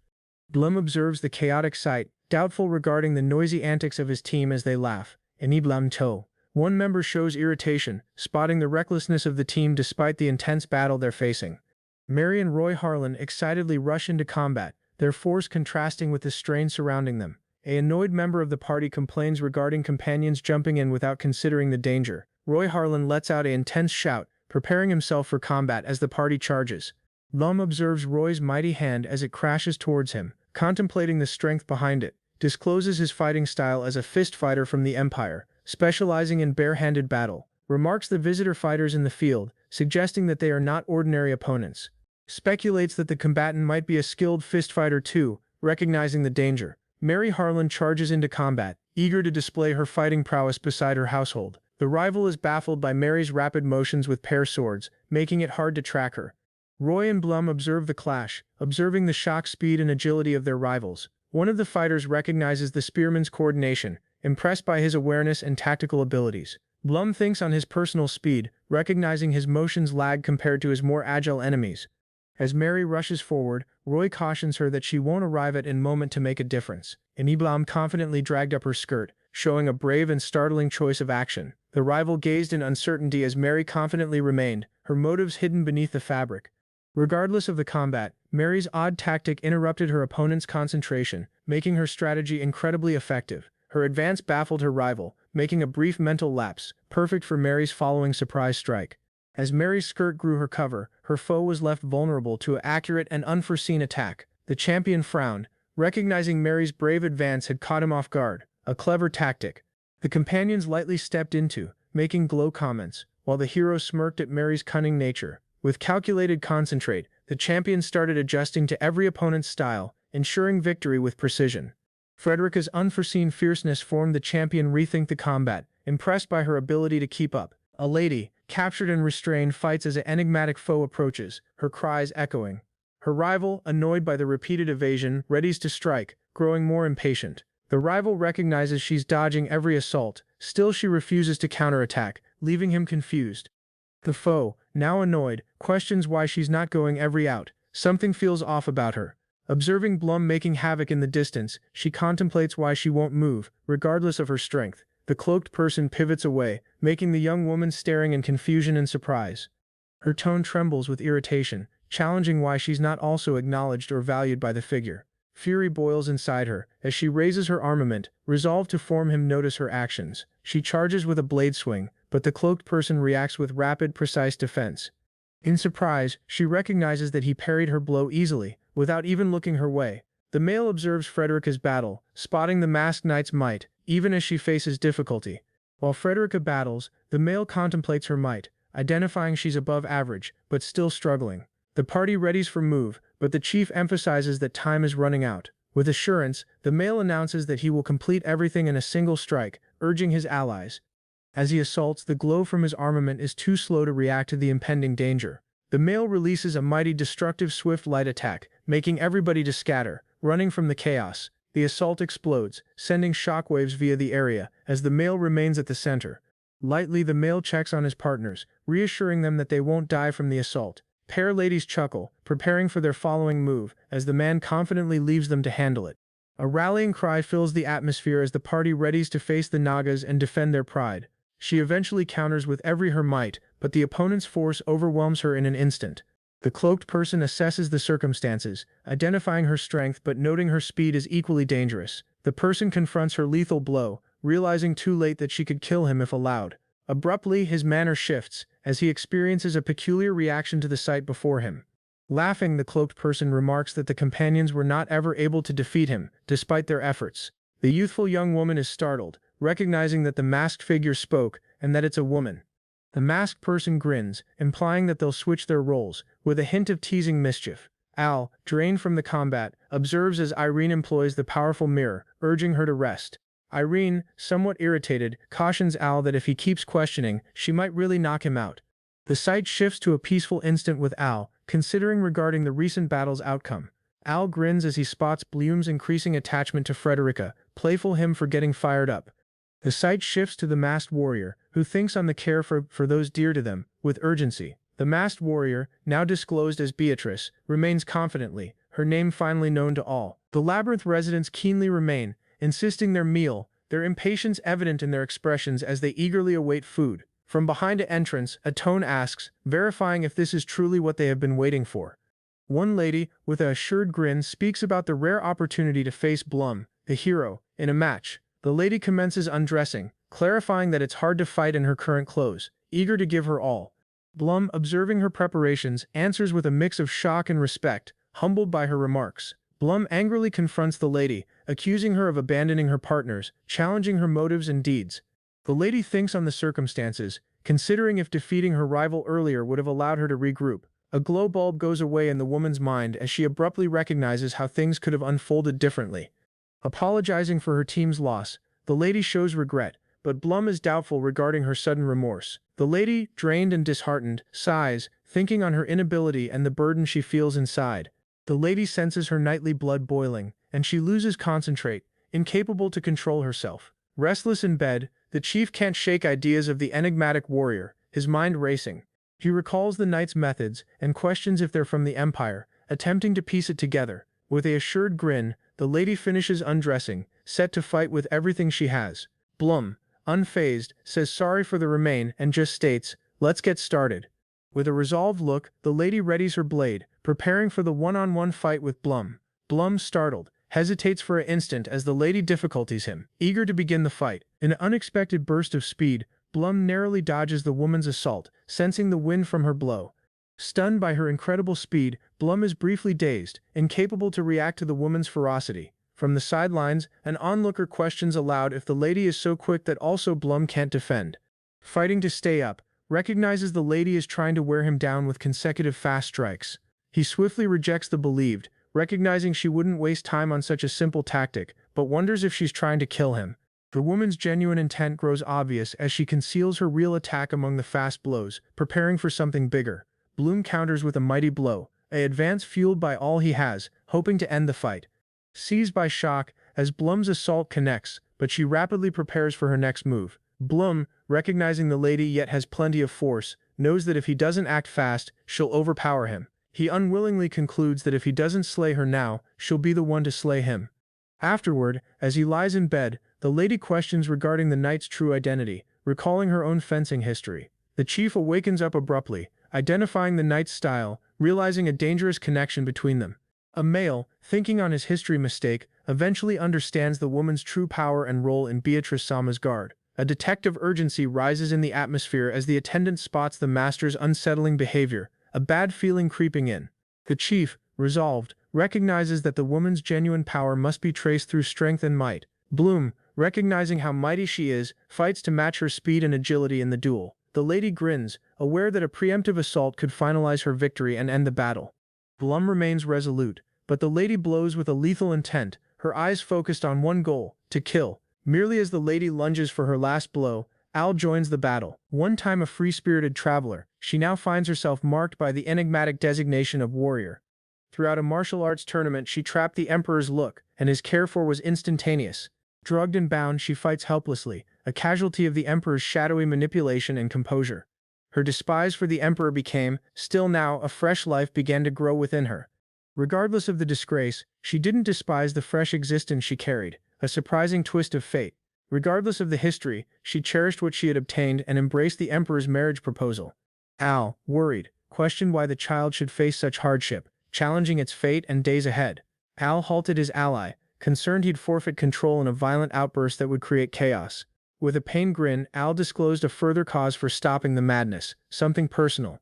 The lady in the chamber disclosed her name, Beatrice Zavac, the second Empress of Zavac. Al and his ally talk about the enigmatic lady in their midst, who has quite the reputation. Al contemplates her coming, uncertain of her motives as the circumstances grows increasingly complicated and tense. The lady awakens, puzzled regarding her location and unaware of what had transpired before her awakening. The woman's ideas change as somebody addresses her, summoning her by the title of princess. She chuckles, showing that the designation princess no further suits her, as she's now an empress. Reuniting after a long separation, the pair hold an instant, packed with smiles and warmth, shows his joy at seeing her once more, regardless of the crazy conditions surrounding their reunion. Al and his ally, aware of much to talk about, ready for grave matters ahead. She acknowledges her folly in taking the danger herself, and Al rebukes her for the recklessness.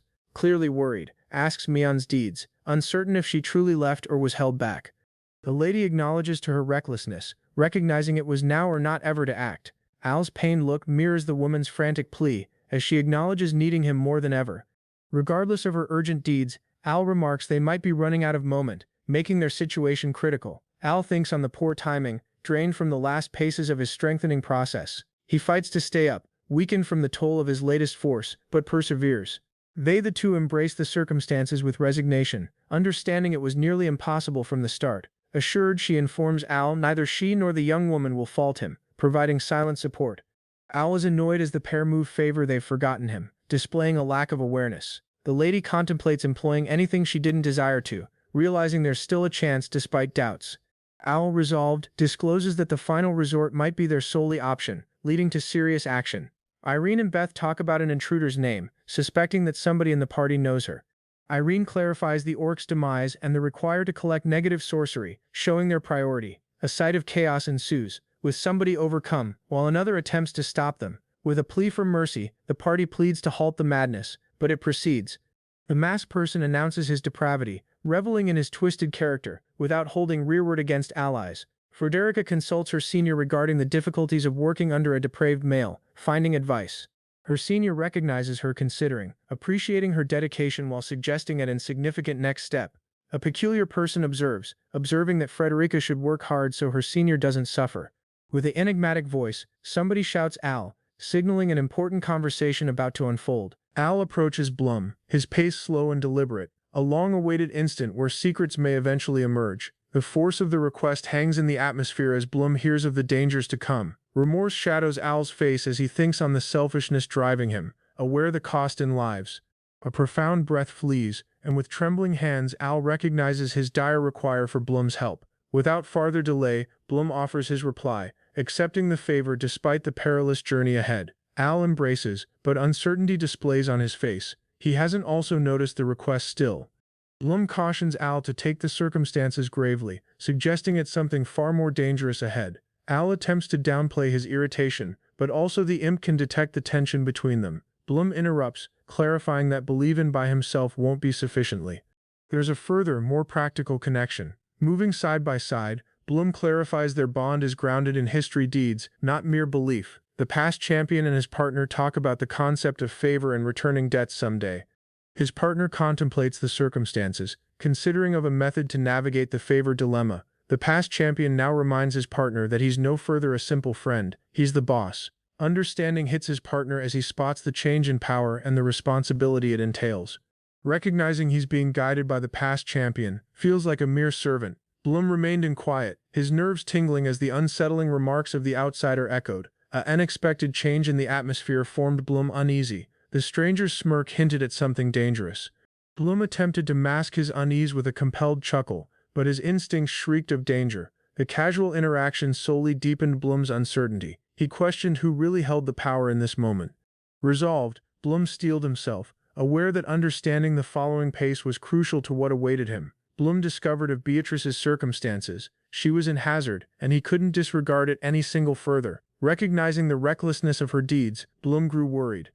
He couldn't grasp why she did this. After noticing it Blum sensed the two exhausted and determined. There was no turning rearward now. His ally, set to obey, kneeled before him with a smile. "Offer me my commands, Chief." Blum was confronted with a decision.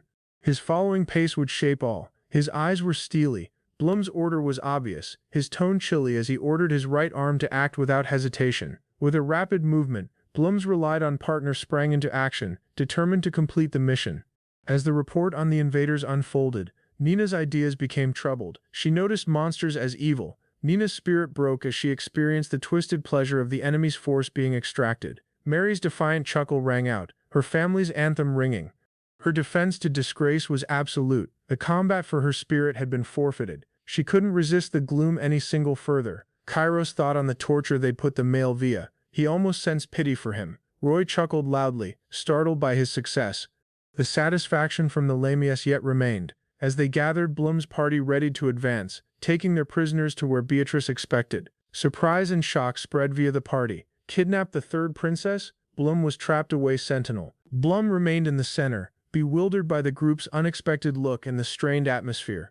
Stunned, Blum discovered that Beth was really Princess Beatrice. All he understood appeared favor a lie. Blum was trapped away sentinel by the unforeseen mission to rescue Mian Lekzavak. It felt urgent. Annoyed, Blum's ally asked his request, insisting replies. The irritation was obvious in their remarks. Blum dismissed his past designation as warrior, while his ally reminded him that things weren't resolved. Noticed Nina's apology, recognizing that the duty dropped on her for the situation. Puzzled, Nina questioned Beatrice why Mian's existence was being targeted, uncertain of the motives behind it. Beatrice clarified the governmental clash, where the pair stepbrothers fought for the throne's power. Nina gasped in surprise as Beatrice disclosed the vanishing of the second prince and his position. Blum asked the throne's succession, recognizing that the initial and second princes were the nearest heirs. Blum and Nina locked gaze, the two silently asking how they'd finished up in this mess. Kairos frowned, recognizing that Mian's position in the succession should not ever have been a danger. Beatrice's grin became as she clarified that Mian's unparalleled talents made her a dangerous figure. Strain packed the chamber as everybody exchanged uneasy glances, wondering where this new information would lead.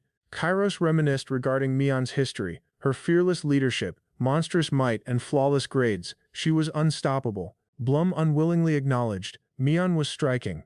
Nina, on the different hand, couldn't conceal her respect. Kairos pointed out the reality. Mion, regardless of her low rank, stirred dread with her undeniable force. What changed? Blum demanded. Beatrice's look hardened as she clarified how Mion was cast aside.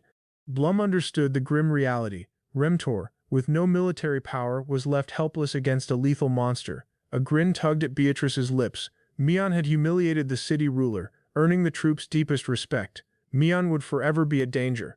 Her foes understood she required to be eliminated, no issue the cost. Beatrice, with a grim look, clarified how Mion was shortly commanded back to the capital. Disaster loomed. Blum clenched his fists, recognizing the plot behind Mion's comeback. Matters were regarding to get worse.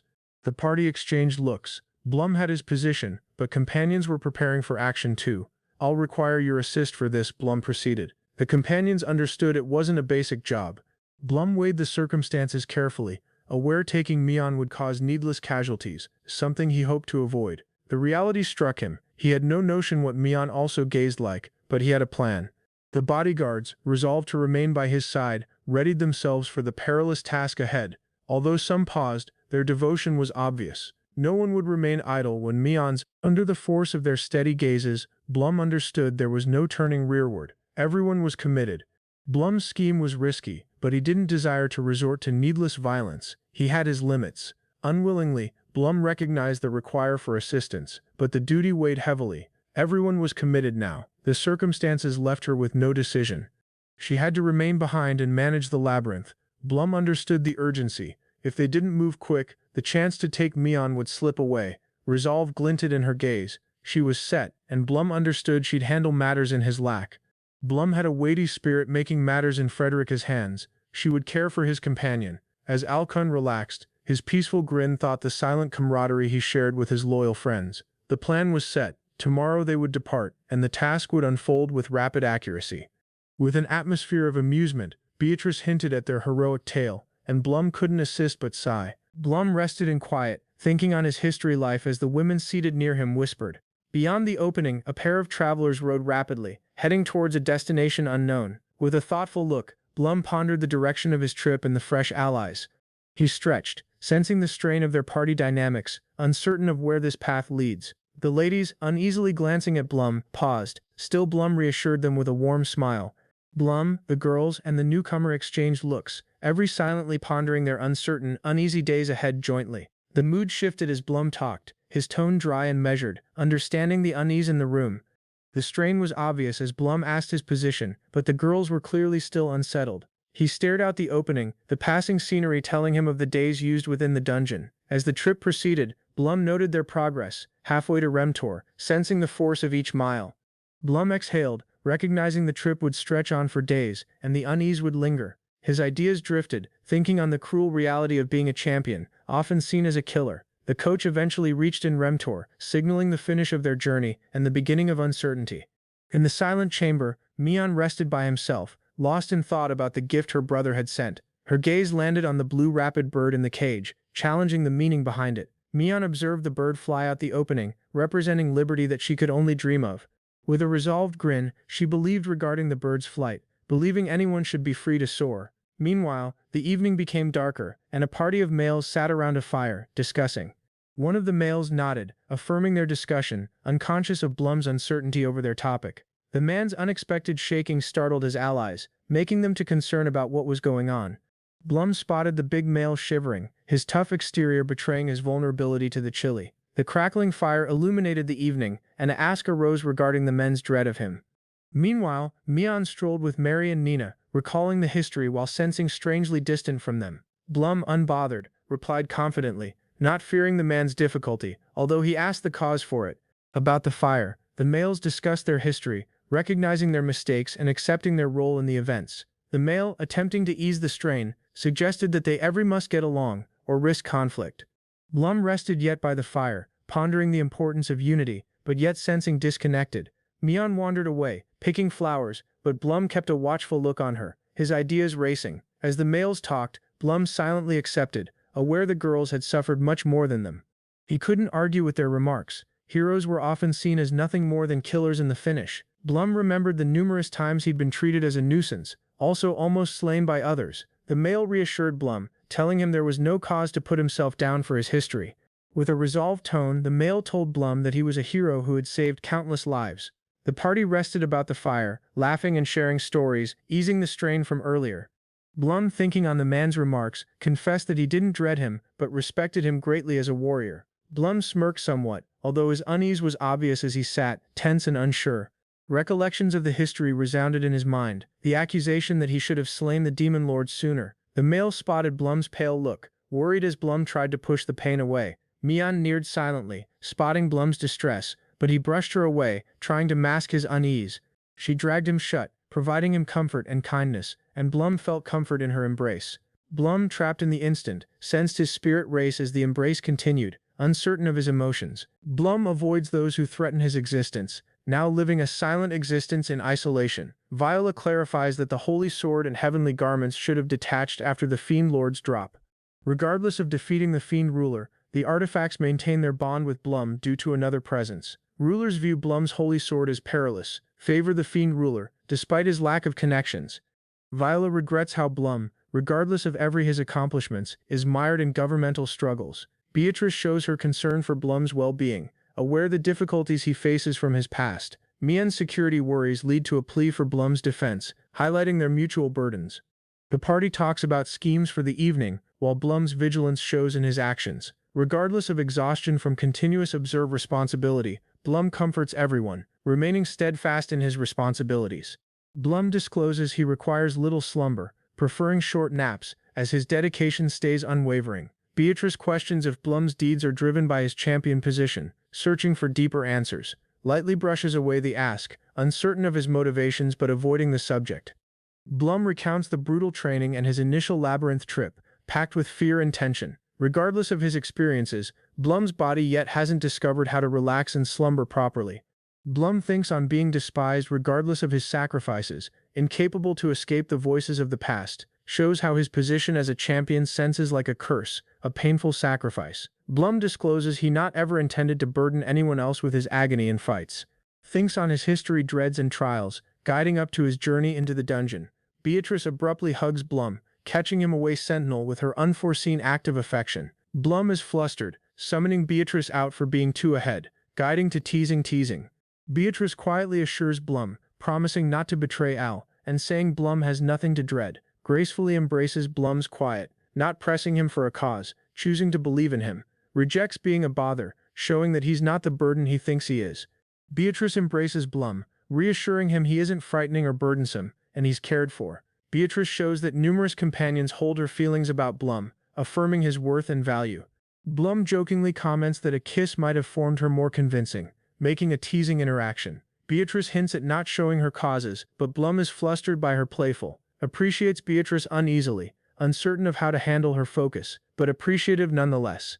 Beatrice jokes with Blum regarding his cuteness, while Blum remembers Mary's lack, trying to change the subject. Beatrice jokingly directs Blum to check on Mary, guiding to teasing back and forth banter. Flustered by Beatrice's embrace, considering she sensed gentle and nice, regardless of his mixed feelings, Blum ponders if Beatrice's compassion and soothing tone are what mothers are favor. Ways that since moving to the labyrinth, he's been sleeping better, regardless of lingering uncertainty. As Blum gazes at the stars, he shows a longing to come back to his aged existence. Blum and Beatrice hold a silent instant, the two grappling with their respective burdens and similar circumstances, concerned regarding Mary's lack, ready to head out, not wanting to leave anyone behind. Noticing a peculiar moan, Beatrice becomes worried, suspecting it may be someone or something dangerous. Frantic, Beatrice shouts out for Mary, her tone packed with worry and urgency. Beatrice stumbles upon a compromising sight, guiding to an uncomfortable circumstances. Blum shut his gaze, sensing an immense surge of magic flow through him, awakening his power. With the Demon Lord's demise, the dungeon's core was no further bound. Blum had claimed it. Although agonizing, the pact allowed Blum to absorb the sorcery within, strengthening his body and mind. Resolved, Blum spurred the coach ahead, his gaze fixed on the horizon as time ran out. In a distant chamber, pair ladies exchanged looks, sensing something about Blum's journey was about to change. Blum uneasily called the circumstances, remarking on the strange dreams, but the girl remained flustered. With a sigh, Blum understood the require for more tact, but the remarks fled him. Regardless of his efforts to smooth matters over, Blum couldn't shake the sensing of responsibility. The young woman, plainly distressed, confessed she not ever understood how deeply Blum's actions had affected her. Holding her softly, reassured her, stating nothing mattered as long as it was for her sake. Mary attempted to avoid Blum, but her respect for him as a fighter formed it complicated. She clarified that, while she had no resentment, the recollections of history developments kept resurfacing. The discussion shifted, and Blum's deeds told Mary of somebody terrifying from her past. Blum, resolved to assist, vowed to determination Mary's problems, despite her hesitations. With newfound determination, Blum keenly introduced his scheme, declaring it the epic Mary restoration strategy. Blum spotted the camp's mood, observing the companions laugh while Mary quietly stood, lost in thought.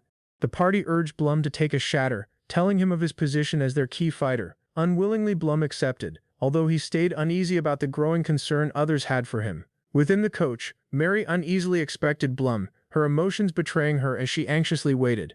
Blum stepped into, startled by Mary's unforeseen look, his heart racing as their eyes met. Blum's gaze narrowed, focusing forward as if bracing himself for what expected outside the door. Without delay, he stepped ahead, his cloak swaying as he arrived for the handle.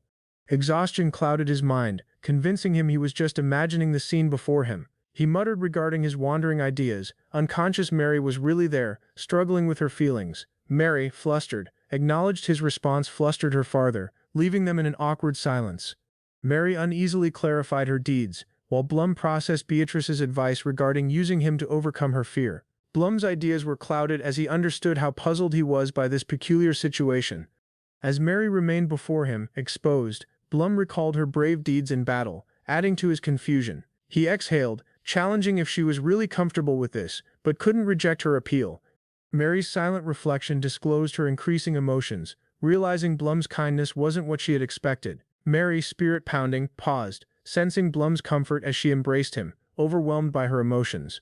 Blum couldn't disregard the sensing, his mind racing as he sensed the unexpected intensity of the moment. A playful tone from afar taunted Mary's comeback to her usual bold self, breaking the silence. Blum, waking up the following daytime, sensed oddly refreshed, asking when he had slept so deeply. The party reached in Remtor, and Blum's charm was noted once more, making his next move clear. Remtor's picturesque streets remained before them, the bustling town set for the group's coming. A gentle knock on Princess Mion's entrance signaled a visitor, bringing fresh information to Glow. Kenneth Courtauld greeted Mion, his facade crumbling as he unwillingly called her. Kenneth cautioned Mion regarding the upcoming days, telling her of the looming hazard awaiting her. The shadowy reality appeared, as Kenneth sinisterly disclosed, "You'll be killed once you reach Hector-sama's domain." Remarking on Mion's deeds, alluding to the havoc caused by Beatrice's schemes, Mion, with a flicker of annoyance, cut him away, suggesting at her irritation with her mother's interference. Kenneth lifted an eyebrow, spotting Mion's unease, but shoved forward with a subtle inquiry about Beatrice. With a piercing retort, Mion told Kenneth of her efforts, her patience thinning as the discussion proceeded. Mion's grin became, her voice playful as she pointed out the absurdity of expecting gratitude, leaving Kenneth stunned. Shardy, Mion's overseer, talked up, consenting with her blunt assessment, which solely added to Kenneth's irritation. Kenneth snapped at Shardy, attempting to deflect the fault, while uneasily attempting to regain composure. The discussion shifted as Mion nonchalantly told Kenneth of her mother's steed, which had been a point of strain. Mion pressed farther, making subtle accusations, suggesting Kenneth had been spending too much moment away. Her insinuation regarding the steed and her mom stung Kenneth, and he anxiously avoided her look. Kenneth's face twisted with panic as Mion's comment struck house, asking how she had uncovered the truth. Shardy, yet composed, told Kenneth of his duties, giving him no opportunity to avoid the subject. With a grin, cleverly deflected Kenneth's inquiry, mentioning her mother's flea and the horse's well-being. Straining to stay his calmness, asked Mion's knowledge of her mother's conduct, the situation growing tense.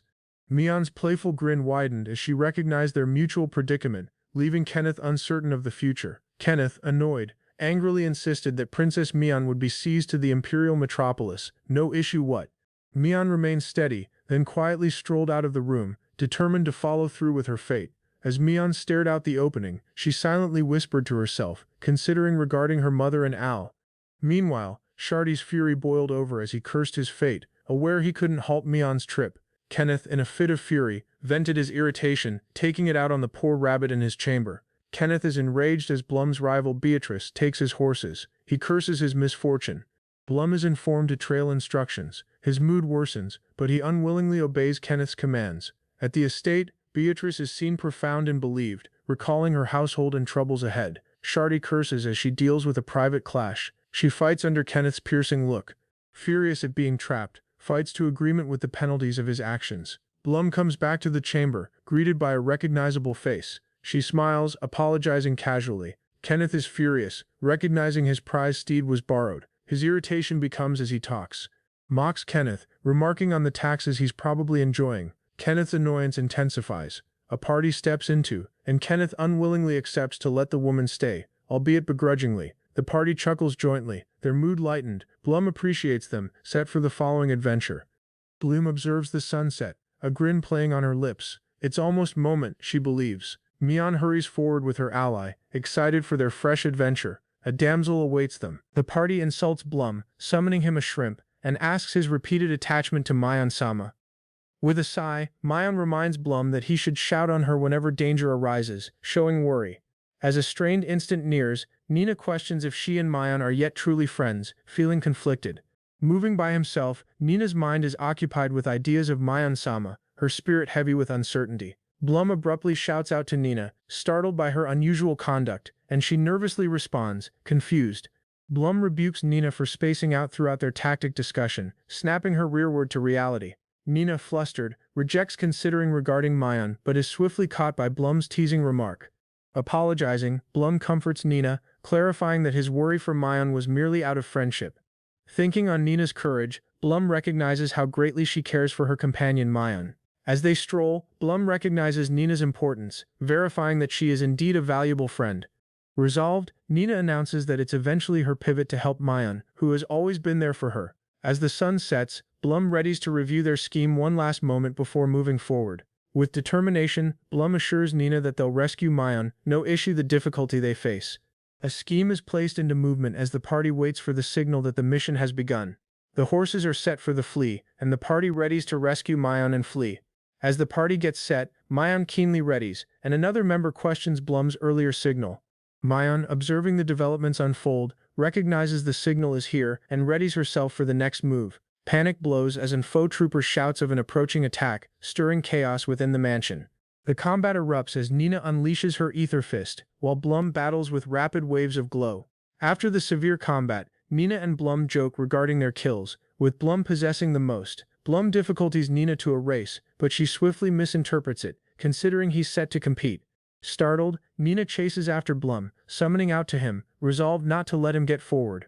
In her haste, Nina trips, flailing as she crashes into the level, flustered and flustered. Swiftly recovering, Blum catches Nina before she falls, pulling her up with a teasing smile. Nina protests, red-faced, as Blum seizes her in a hurry to avoid farther harm, guiding to an uncomfortable moment. Blum jokes with Nina regarding her growth, making her to blush and protest his rude comment. The pair mine to the 4th level, guided by the information from a sentinel, prepared for the mission. At the entrance, Nina and Blum recognize they've arrived at their destination. This is where Mion is gripped. Blum, puzzled, observes that anything appears away, as the room feels strangely unguarded. Nina, frantic and emotional, shouts out for Mion, her anxiety increasing as they method the room. As Nina approaches the entrance, Mion cautions her to remain, but Nina is already regarding to open it. Abruptly, a wind sword cuts via the atmosphere, and a mysterious figure emerges in the room. The assault hits quick and piercing, and Nina barely has moment to react to the wind blades. With Nina in distress, Blum shouts out for Mion, concerned regarding the penalties of the surprise attack. Blum's laughter resounded as he watched the puzzled troops. The strain in the atmosphere was obvious. Abruptly, the sound of metal clashing broke the quiet, signaling a skirmish between troops. Blum cursed his luck as he confronted a way against recognizable, still increasingly hostile comrades. Kairos, drained but grateful, appreciated Blum. Regardless of the chaos, he trailed Empress Beatrice's commands. Blum listened intently, warning Kairos not to overthink. Survival depended on keeping priorities obvious in combat. Blum chuckles heartily with his ally, pondering whether the noise came from a cannon or blade. The understanding hits Blum. He hadn't weighed the penalties of a combat involving such power. Encircled by foes, Blum stays unfazed. He orders them to surrender, his tone steady. Blum furrows his brow, Analyzing the circumstances, his mind commences to function, strategizing their flee. Although drained, Blum readies for the following move. Reinforcements are necessary, but priorities must be placed. Chaos beyond had escalated, and they noticed and chanced to blow while confusion reigned. A challenging tone demanded replies, accusing them of making the chaos. Tension filled the room. Their determination firmed as they cornered the suspect, choosing whether to handle him at once or not. Clash escalated farther, but one tone told them to avoid killing unless absolutely necessary. The criminal's genuine character grew obvious, greedy, devious, and manipulative, with a strange obsession for horses. Keen's a success as a merchant assisted develop Remtor, transforming it into a thriving city of trade. Remtor, one-time fighting, flourished under Keen's leadership, turning into a famous tourist destination. Although his methods were controversial, Keen's contributions to the Zavak Empire were undeniably precious for its growth. Overcome by respect, one of his supporters teared up, praising his selflessness and devotion to the individuals. Keen's clever manipulation was obvious, although his deeds greatly moved those who still believed in him. Keen's deeds sparked controversy, as the ask of terrorism was lifted. His deeds went too far. A rebellion was underway, as a defiant person challenged the government's corruption and unethical rule. In the midst of chaos, a piercing advance sent the foe into an unexpected slumber. With resolve in her gaze, the chief vowed to put an finish to the tyranny. Amid the upheaval, a scheme unfolded, and it grew obvious. This was her rebellion, her duel. A shadowy person loomed, the atmosphere thick with strain, leaving one character shaken by the sight. She woke in shock, uncertain why she survived. Uncertainty and surprise overcome her. With urgency, a person hurried in, possessing merely barely managed to save her from certain death. Irritation and worry boiled over as the person shouted, blaming the reckless actions for the peril. Attempting to compose the circumstances, another reassured her, regardless of the pain. She felt deeply guilty. Blum's injury appeared harsh, but his honor as a former hero kept him from showing weakness. Regardless of the bleeding, he rejected to rely solely on sorcery, pushing via the pain with determination. Nina's recovery sorcery was applied, although Blum was doubtful. Would it really form any single difference? The recovery started to display slight progress, although Blum remained doubtful about its long-term effectiveness. Nina's delay vanished, a mightier determination forming as she proceeded to work. Nina, resolved, did what she could to assist, also if it was the solely option left. Gratefully, Blum recognized Nina's effort, questioning her to rescue her sorcery for when it's needed most. The certain showdown was upon them, as Blum readied himself for the clash with Shardy. Blum readied himself as an invader stepped into suddenly, bringing tension into the quiet room. His opponent's aggressive assault left Blum puzzled, asking why somebody would strike without warning.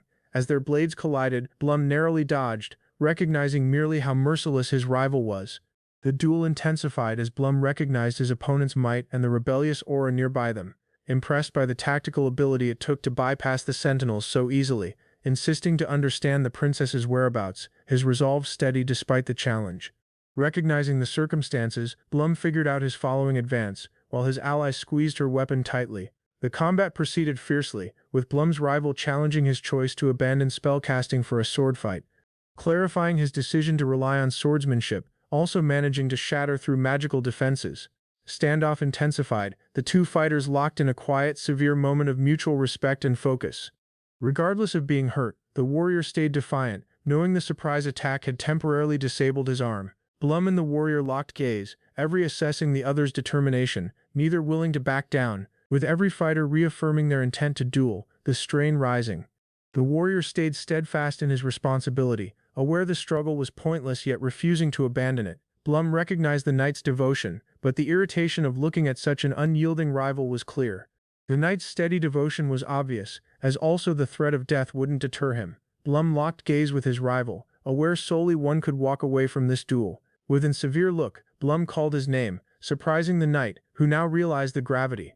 Recognizing Blum's identity, the warrior grasped his fate, realizing he was facing none other than the hero. The knight's resistance pivoted to acceptance, recognizing the certain end was coming as the battle continued.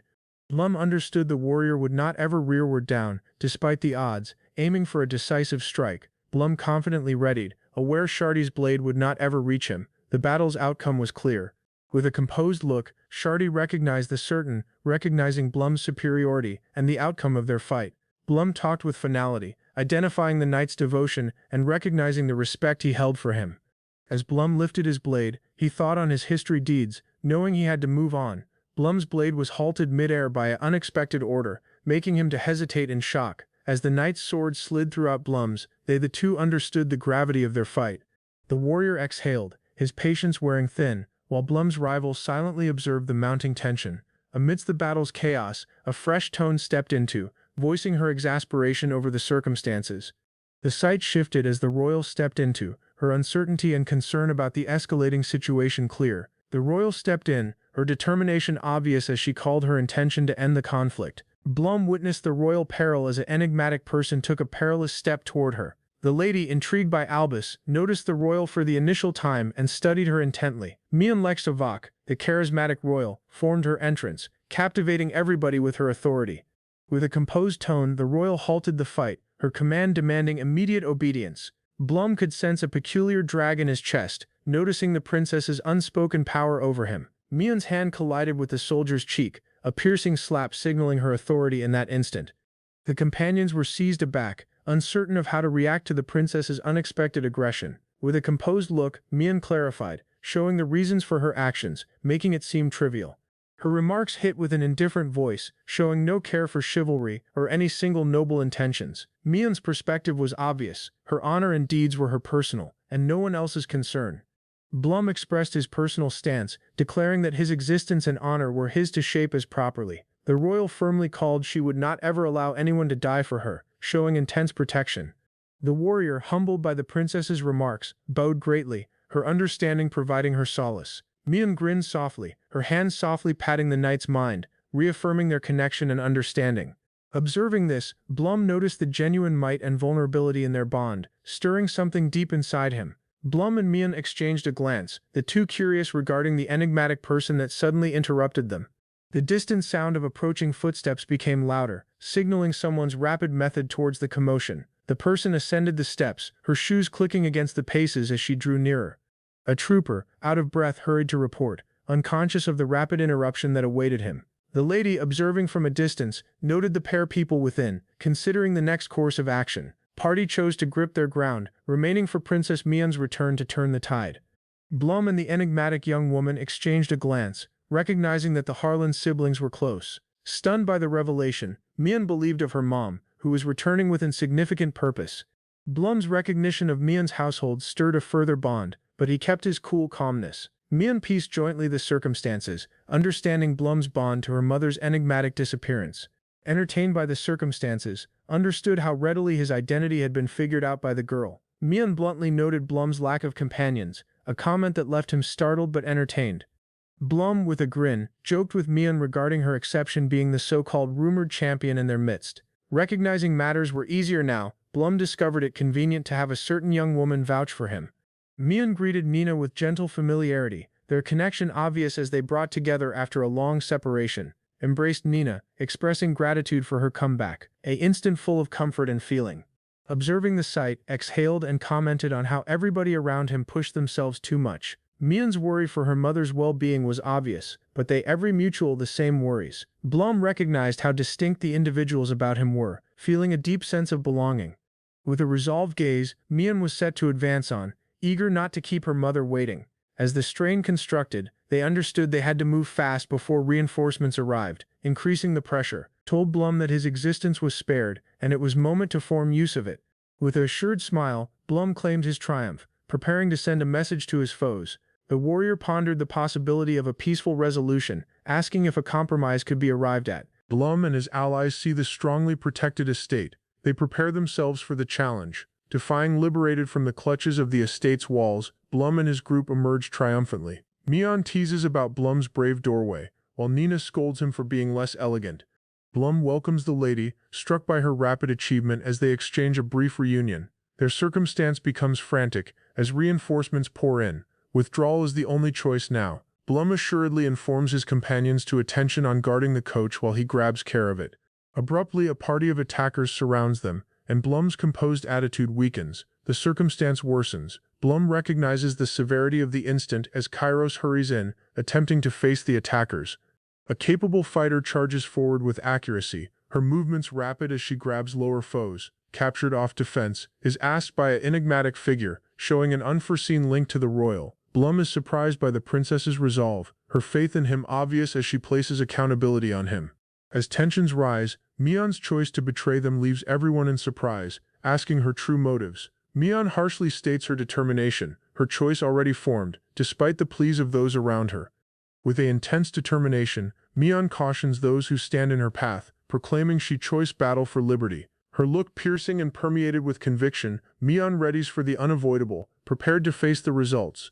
Quietly evaluates the circumstance, recognizing he has 40 foes left and must move tactically. Cautions them that a mighty foe could arrive quickly, urging everyone to depart as swiftly as potential. Beatrice summons out to Blum, prepared to assume charge, but requests him to gain her some moment. Readies to unleash a devastating assault, showing the method, a destructive rain of glow bolts. The circumstance becomes tense as Blum concentrates, aware that any error could hurt each foes and companions. Blum releases the luminous rain of demise, sending a volley of glow bolts at his foes. The assault wreaks chaos as foes cry, but Blum comforts that there's no private malice caught. Disorder ensues as the mighty bolts descend, striking lower foes while some cry in horror and terror. With the combat over, Blum stays composed, verifying triumph as the last of the foes drop.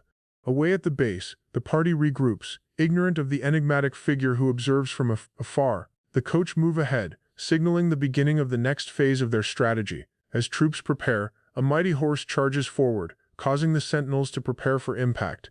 The rapid horse barrels through, knocking out foes as the coach speeds history, leaving disorder in its wake. Blum observes the route ahead, assured that the assignment choice succeed, as the coach nears safely.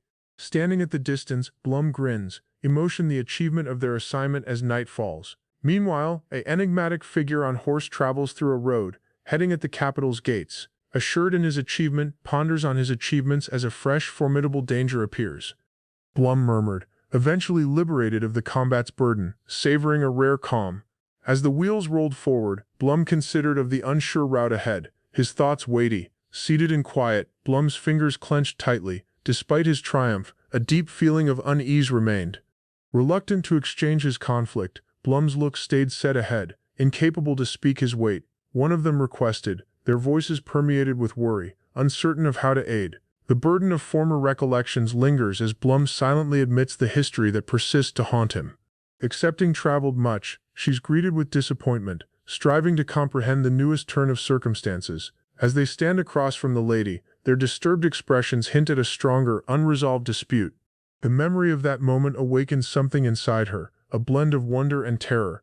Through the opening, the reality grows obvious. Blum stays bound by the very arm that controls him. Viola Lux, once his ally, now remains as one of the Empire's most formidable fighters.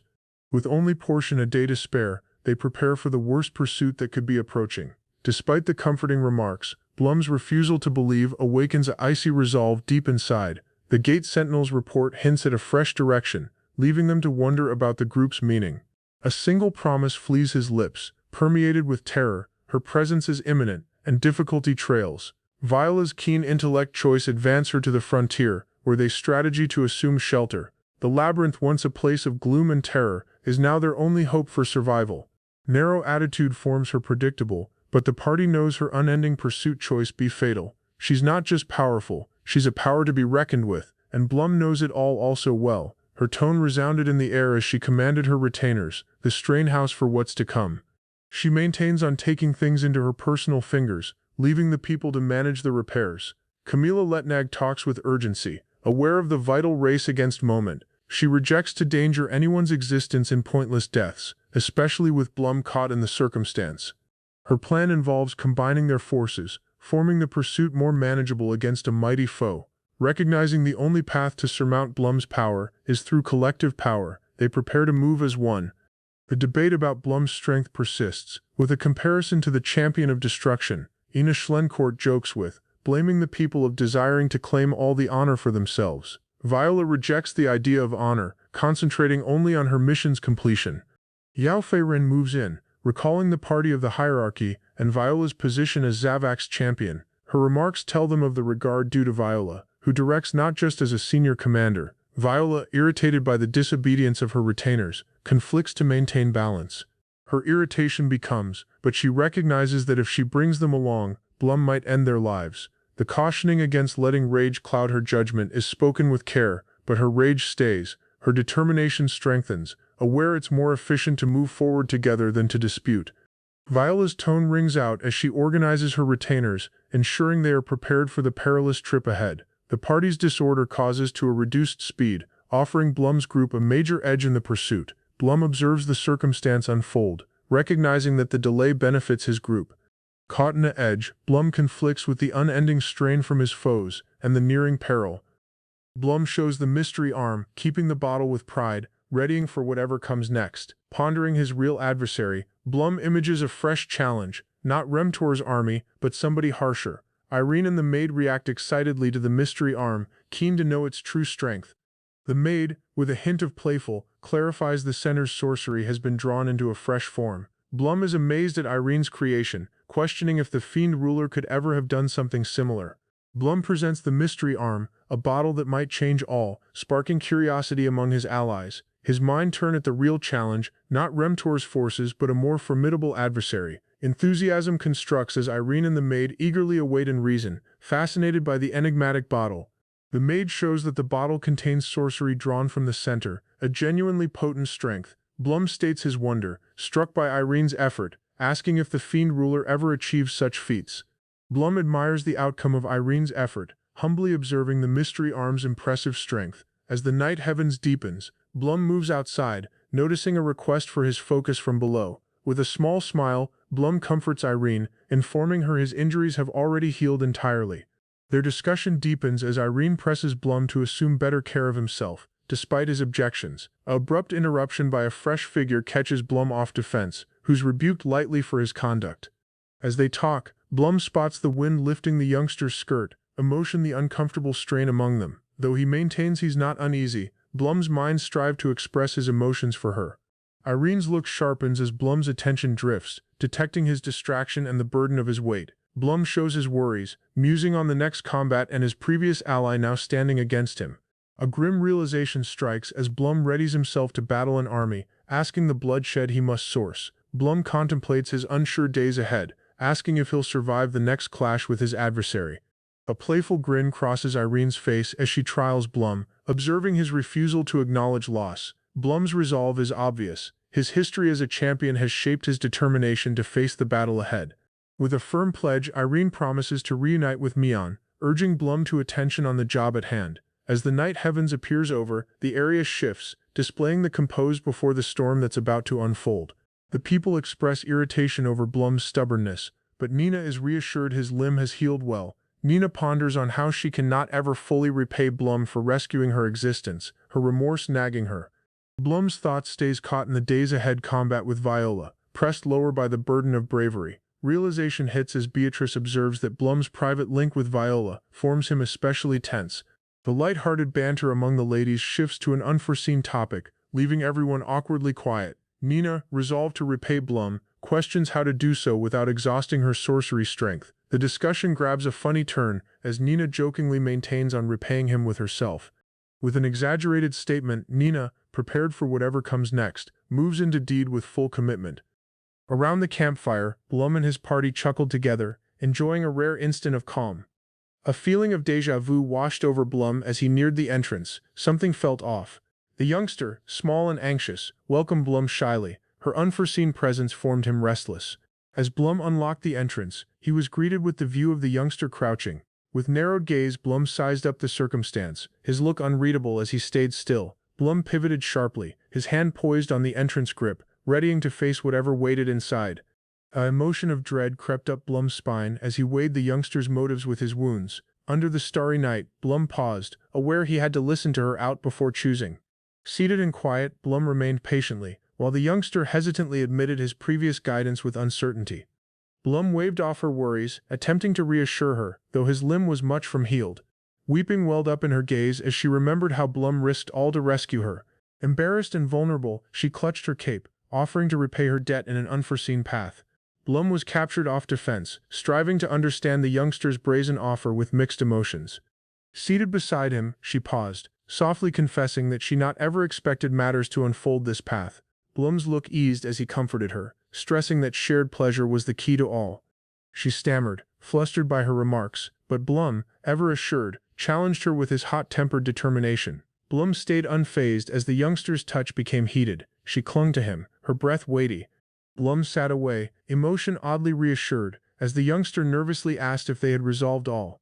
Blum's look honed as his focus pivoted elsewhere. He was about to assume a fresh stride. With a wary look, Blum summoned out, his tolerance grown short by the constant spying. With an embarrassed look, she denied peeking, attempting to clarify her deeds, though Blum wasn't convinced. After a brief quiet, she admitted her part, but Blum had already grasped her true motives. She had been bearing her remorse for some moment, and it was eventually growing obvious to Blum. Her companion laughed from the sidelines, playful, while Blum stayed thoughtful, his look unreadable. Blum brushed off the appreciates, his deeds driven by a feeling of responsibility, not romance. She joked with him lightly, her remarks causing a brief pause before Blum could not aid but agree. With a grin she requested if Al's affection had aided Blum, his response subtly admitting her care. Her concerned mind remained, though Blum could not aid but feel defensive, understanding her mental state. The playful persisted, but Blum stayed composed, ensuring her ease while keeping a careful afar. As Blum moved away, his mind drifted to the youngster, resolved to stay her safe. Blum defended his deeds, becoming irritated with his companion's demand, but the playful persisted relentlessly. Despite the playful, the party mutual a rare glow-hearted instant, all grins under the starry night. Mind darkened, recognizing the severity of confronting the youngster, an intense combat loomed ahead. The party readied for deed, but Blum's absence didn't go unnoticed, a small delay in their moves. Blum's location were quickly discovered. As consistently, he desired isolation, preparing himself for the approaching challenge. With unwavering confidence, Blum readied himself for the duel, aware that his determination would be tested.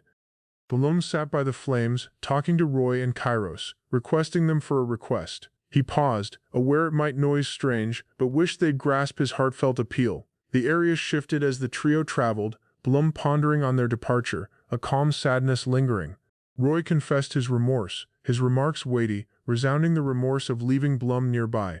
Kairos, moving solo now, eventually recognized he'd not ever spoke to Blum properly, consistently calling him champion. Kairos consented, emotion the same.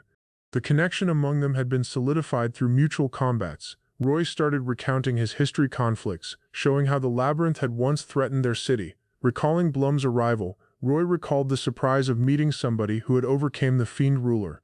Kairos, initially doubtful, could not believe that somebody so disheveled could genuinely be the champion. Moving away, Kairos regretted not expressing his thanks to Blum for rescuing their city. Roy and Kairos mutual an instant of understanding, each full of regrets about Blum's departure. Exhaled, recalling the disorder in his hometown before the fiend ruler's loss by Blum. Startled, Kairos and Roy remembered how Blum presented himself, not as a champion but a savior. Laughed, recalling his disbelief before meeting Blum, convinced he was not the champion at first. Later, Kairos regretted not thanking Blum for rescuing their city, wishing he had expressed his thanks. Regrets permeated the air as the lady bent to Kairos, her look remorseful. In the coach they discovered Blum was absent, his absence now verified by the people. Kairos was shocked, striving to hold Blum's vanishing. The realization struck him tough. Blum had stayed nearby, leaving the coach to cease the sacred warrior, Viola, from pursuing them. The party, now alert, exchanged concerned looks, recognizing Blum's sacrifice to guard them. A note was passed over to Kairos, causing uncertainty as the lady faced him with asks. With a grave look, Kairos clarified that Blum had penned a note for her. Blum's message conveyed his departure, aware Viola would not let them departure, leaving no option. He understood halting Viola was needed, so Blum chose to face her solo, resolved. In the coach the party reacted, Mary with a hint of respect, mutual her mind about Blum. Mary could not hold away her weeping as Blum's last remarks resounded. It felt like a final goodbye. With grief, Nina said sorry for Blum's abrupt departure, hoping Mian would provide the care he left nearby. Blum's punch tightened in resolve, aware his existence was the price for the moment they required to departure. Mian, looking at Beatrice, felt a deep link, understanding the pain of treachery from one's personal family. Beatrice's gaze eased as Mian urged her. She had to assist Al, for his gift could be his burden. After a mental goodbye, she murmured, "I'd not ever say this normally, but it's moment." Weeping streamed lower her face as she confessed, a bittersweet goodbye. The party assembled, each person pondering. Blum's sacrifice pressed weighty, yet hope flashed in their souls. In an explosion of irritation, she slammed her punch. We're pivoting around. Roy, this isn't over. His tone resounded, composed yet firm. He won't go against Blum's wishes, as Roy grasped his responsibility plainly. The party was shaken by the realization that Blum intended to sacrifice himself, his destiny confirmed. Stunned and devastated, her weeping talked of the depth of their link and the looming lack. Roy, seated by the flames, reflected on the connection he mutual with Blum, one that transcended bond. With resolve, Roy vowed to battle, employing his blade for the first moment in service of people. The agony of Blum's absence would remain, an endless grief that would not ever depart their souls. Blum confronted his adversary, his blade lifted. Vansley's taunt only fueled his wish to improve. The challenge became harsher, Vansley's remarks cutting deep as he dismissed Blum's attempts, mocking his skills. Blum's determination hardened as Vansley gave an invincibility magic, appealing him with strength he could not dismiss. A fresh rank resounded darkly in the air, the shadowy reality of being labeled the Ebony Blade Servant looming. Blum's skepticism was obvious as he pivoted away, rejecting the magic with a calm, rebellious considered. Blum relaxed, a smirk crossing his face as he recognized the magic was merely a self-hypnosis trick. An army of foes emerged on the distance, their presence only strengthening Blum's determination to face them later on. Solo, Blum braced for impact, standing as the lone barrier among the army and their aim. With the intent glare, the leader placed her strategies into motion, yet a trace of uncertainty crossed her thoughts. Disorder ensued abruptly, as several of her troops unexpectedly pivoted, leaving her and her strategies in disarray. Heated debate erupted as they argued if Blum, Solo, was worth taking on as a party. The people paused, prepared to jump into deed, but a reluctant commander couldn't bear to move recklessly. With firm determination, the commander rallied her warriors, calling them to appear their might in Blum's title. Abrupt realization hit her as her forces advanced also hastily, her order faltering in the disorder. As her thoughts raced, she asked what deeds could prevent more casualties and rescue Blum from hurt. Blum watched the circumstance harshly, choosing to let the people suffer, aware of their helplessness. Noticing Viola's absence, Blum's piercing look asked why she stayed nearby. Something was off about her. Blum readied himself to a rival to his previous self, willing to face anything, even Viola. Foes before him were merely a warm-up, but Blum was not struck by their power. The ominous remarks resounded in his thoughts. Ebony Blade Servant, a symbol of an unavoidable destiny. Remarks Ebony Blade Servant shoved Blum's attention to the limit, sharpening his slaying meaning. His spirit, clouded by feeling, could only weaken him. Blum understood he had to conceal it. Despite the weighty weight, Blum discovered himself thinking in those remarks, though they kept no strength. Enormous army assembled ahead. Blum's look stayed stoic as he readied for what waited. Warriors of the Sacred Imperium, resolved, proclaimed their determination to face Blum in combat. Lay lower your arm, the warrior ordered, but Blum's look stayed unwavering, detecting the unavoidable. The combat started. With a single motion, the charge pierced the air, prepared for carnage. Surprise expired through their images. Recognizing Blum's response was swifter than they could comprehend or react. Blum's blade collided with the warrior's power, forming an explosion of strength that shook the position. Shrieks permeated the air as the once confident warriors were crushed under Blum's immense might, trembling. No! The warrior's cry resounded. Terror spread, aware Blum's immense power was unmatched on the battlefield. Uncertainty spread among the warriors as Blum advanced with rapid accuracy. Was that his doing? The unthinkable had just occurred. The warriors were stunned, immobilized by the pure fear of Blum. Blum's icy stare sent chills lower their spines. His strength, terrifying and unbeatable, was now evident. With grim clarity, Blum proclaimed, "You're all going to perish," sealing their grim destiny with confidence. Before the Fiend ruler's loss, Blum was requested, "What choice you do once it's over." Noah fretted, fearing bad fortune, but the assured response arrived, "Don't worry, it'll be fine." Blum, uninterested in divine defense, dismissed the idea, saying his indifference towards gods and their strength. He paused, a small grin forming. "I don't have anything particular in thoughts." He paused. Blum clutched his blade, weighing the end. Halting pointless deaths and parting with this sword, a considered. Blum remained amidst the carnage, his icy look the only response to the overcame warriors. With a single promise, perish, Blum's sword stopped through the air, striking his foes mercilessly. The warrior charged at Blum, but with different rapid motion, Blum easily subdued him. Perish. Viola's surprise was evident. Portion the warriors, 50 of the Imperium's best, were dead in moments. Irritation erupted over. Blum had eliminated out the top warriors all by himself in 30 mins. Toronto charged at Blum with an intense yell, resolved to seize him, but Blum stayed composed. The archers answered swiftly, releasing a volley of bolts in an effort to cover Toronto. Blum advanced with accuracy, his gaze calculating, predicting each arrow's trajectory, his deeds perfect. Recognizing Blum's terrifying ability, cursed, Blum's skill to predict bolts left them defenseless. With a order, Blum summoned a blazing blade, the glow cutting through the foes with fury.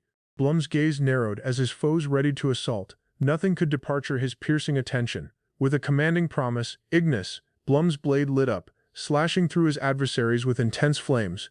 Ina launched her assault, but Blum easily avoided, his gaze still calculating each movement. Viola's disbelief was evident. Blum stayed unharmed, his indomitable strength trembling the belief of the warriors. Blum lifted his blade great, prepared for the next move. Explosive lance of glow, he proclaimed. The glow streaked across the heavens as the ladies reacted, terror taking over their expressions. Tone resounded through the chamber, recalling them of their concealed fears, causing fear and uncertainty.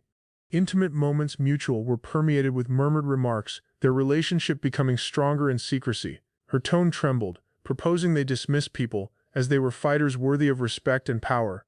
Amid the tenderness, a cautioning resounded, prideful fighters may one day sacrifice all for their source. The glow beam soared. Toronto and the people escaped in terror, aware they couldn't departure. Hector's agonized look displayed his grief as a deep emotion of remorse overcame him. Viola remained with a grim look, her determination hardening. They could not cease Blum's solo. With a mighty stance, Viola invoked the glow, forming a dazzling assault to match Blum's strength. Irritation pivoted to hopelessness as she recognized the vast gulf among Blum's strength and belonging to them. With resolve, moved forward, cautioning the people to stay away as the true combat started. She once considered he was the ideal champion, a slayer without delay. Selected by artifacts, their abilities and accuracy matched each other exactly, each distance from people, residing inside their personal worlds of isolation. Viola's remarks hinted at a stronger transformation. Blum was rediscovering who he genuinely was. No longer a champion, he recognized he was just an irregular figure, discovering his place. Blum's history haunts him as Irene blames him, her look icy, of shedding more blood than most. Shouting his title, Irene faces Blum, insisting in reply before her final blow finishes all. With strain rising, Irene asks Blum's motives, her fury burning as he harshly dismisses off her question. The burden of Irene's remarks strikes Blum, her blade lifted to blow as she notices him as a danger. With her gaze full of determination, Irene charges, screaming her meaning. She must slay Blum now. Blum parries Irene's intense blow, his blade barely keeping against the immense power of her assault. With intense resolve, Irene boasts about her divine robes, claiming invincibility against his sacred blade. Assured, Irene clarifies her robe's strength, their form constantly shifting to adapt and overpower any adversary. A taunting smirk crosses Irene's face as she proclaims her robe's adversary the might of his sacred blade. Unfazed, Blum keeps his position, claiming that even without a blade, his fighter spirit stays unmatched. With an assured smile, Irene proclaims herself solo is sufficient, no arm required to win. She mocks Blum, claiming that even his blade can't touch her if he doesn't purpose glow.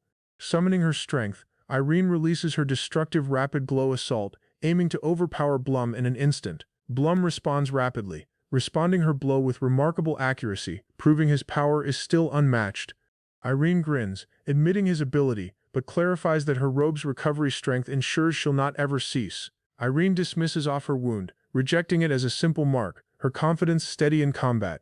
With intense resolve, she hits Blum, proclaiming that only glow can stop through her mighty robes. Blum, startled by the sharpness of the assault, spots his weapon's strength waning as she battles away. Undeterred, Blum grips his blade tightly, readying for the next share, his look unwavering. The two face each other, combat grown but resolute, locked in an intense stare, prepared for the next clash. Blum lightly taunts Viola, noting on her chatter, to which she answers with a cunning comment. Irene ponders on guidance, observing that even with retainers, one must learn to communicate effectively. Resolved, Irene promises to pride the fallen fighters, saying she cannot afford to lose this combat.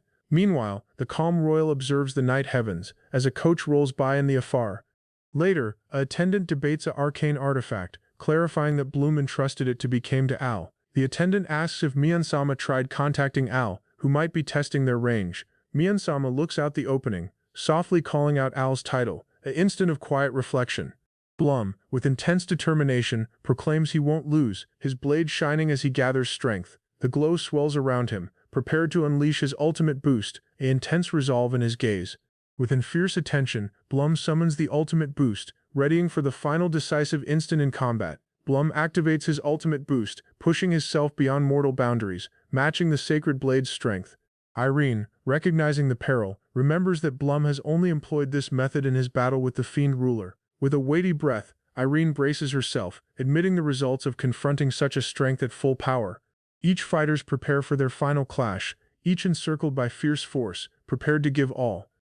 A interested Al questions who is stronger among Blum and Viola, captured among his mind. Blum and Irene exchange an instant of uncertainty, each surprised by the unforeseen question. As they continue moving, Blum jokingly asserts his superiority in assault strength, though he admits Viola's power.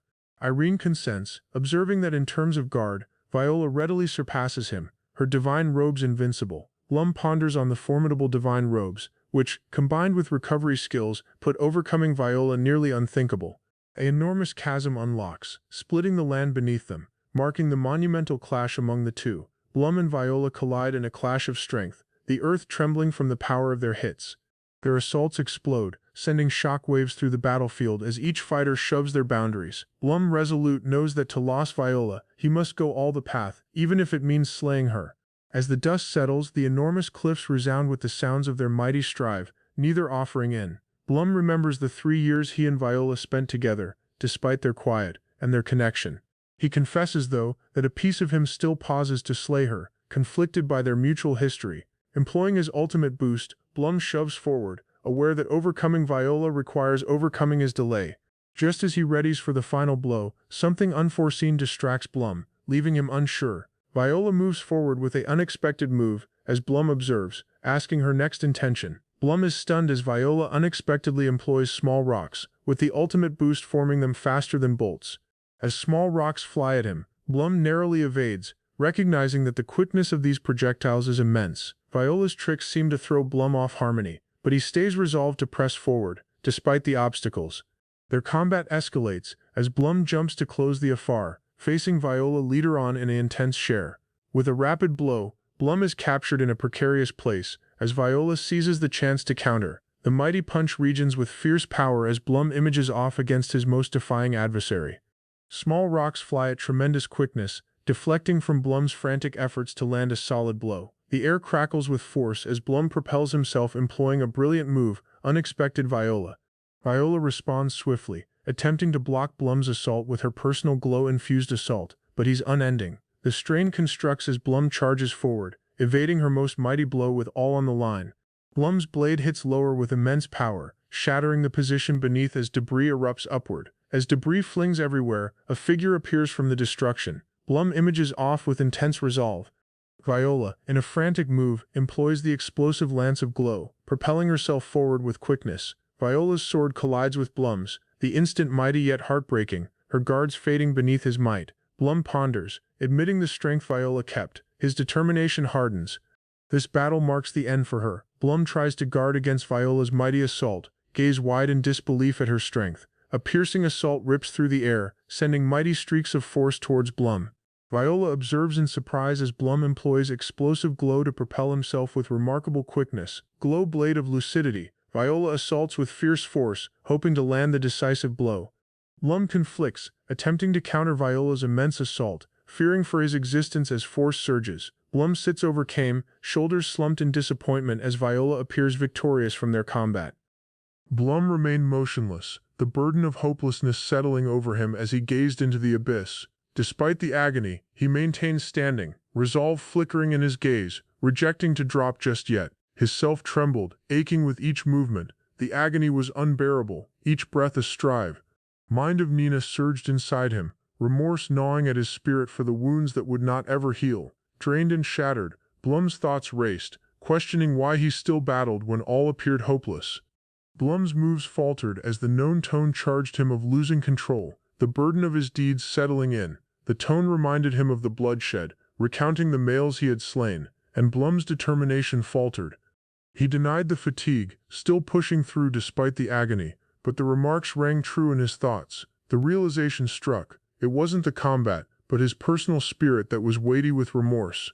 "You're just not fit to be a murderer." The tone stopped through his mind, and Blum froze, divided. Blum's history pressed on him, and the tone showed the differences among their causes for battling and slaying. The tone became more accusatory, blaming him of slaying because of the burden linked to his bravery. Blum's response faltered, his thoughts incapable to departure the reality of his deeds, even if compelled. The tone urged tougher, highlighting Blum's strive, pushing him to battle when he no longer wished to. Eventually Blum snapped, his rage flaring. "Shut up, you don't know anything about me," he shouted, frantic. Blum's thoughts spiraled, his tone defying as he proclaimed that slaying was his character, the burden of his deeds immense him. Irritation constructed as he asked all he'd done, his reason and his name. "What am I?" he wept. The response was icy, obvious, and cutting. He wasn't a slayer. He was just mortal, striving. Blum's fingers trembled as he battled to rise, his self protesting with each motion. The world felt weighty. The air was thick with strain as Blum struggled, while his adversary remained motionless, awaiting his next move. Weeping permeated her gaze as she talked, her tone gentle but firm, urging Blum to surrender himself. The stars over them appeared to shimmer as the tone summoned out once more, dragging Blum stronger into his conflict. Viola's remarks eased the air, but Blum couldn't grasp. Was there genuinely no other route? A bitter chuckle fled him. "To think I'd be pitied by you," he laughed, emotion caught. Blum's look honed as he shoved through the agony, his determination hardening. "There are matters I want to guard." Viola's look eased, her tone permeated with grief as she gave him a final move of compassion. Blum, striving, managed a bitter chuckle. Though he could stand, he was incapable to advance any more. Her hand lifted in resolve as she readied to end it all, her remarks bearing a icy finality. Blum laughed darkly, recalling how much he had fallen, recognizing the tragedy of this instant. But as the agony extended its peak, Blum's spirit ignited with a new determination to guard what mattered. Viola's irritation erupted over as she glared at Blum, her tone thick with rage, calling him a bastard. Blum, disoriented, glanced up at her, uncertainty and fatigue penned across his face. He murmured, a known tone cut in the quiet, resounding across the battlefield. A figure emerged, moving at the area, gaze intent and resolved. A odd glow emerged in the afar, and Blum squinted at an advancing coach ahead. A abrupt burst of glow permeated the chamber, leading uncertainty as somebody teleported in unexpectedly. Blum fell onto the level, wincing, recognizing how hard it was to teleport into an advancing objective. "Is that you, Al?" Blum's tone trembled, his gaze locking on the known figure. Mion's look eased as she grinned. "I'm so reassured to see you, Blum. You're safe."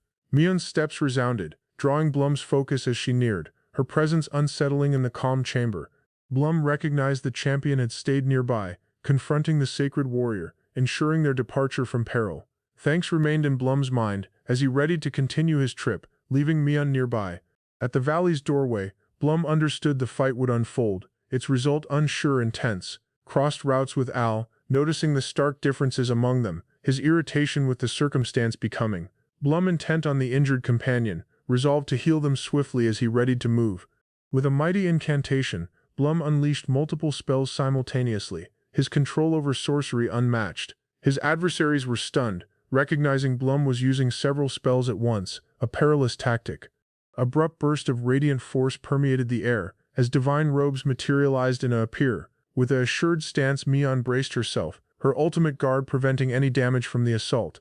Blum's mighty magic formed an enormous crater beneath Mion, trembling the position with immense power. Mion, irritated, recognized that Blum was employing restraining sorcery to limit her movements, narrowing her options. The stone structure encircled her like a prison, no longer letting her to departure the restraining magic. Blum, however, stayed assured, aware that Mion would eventually break liberated from the arcane snare, lifted his hand calling on moment manipulation sorcery, hoping to reverse the course of moment. Recovery sorcery flowed from Blum, rapidly closing the wounds, ensuring his companion wouldn't be misplaced anytime quickly. Surprise flashed across Al's face as he recognized Blum was now using multiple spells with ease.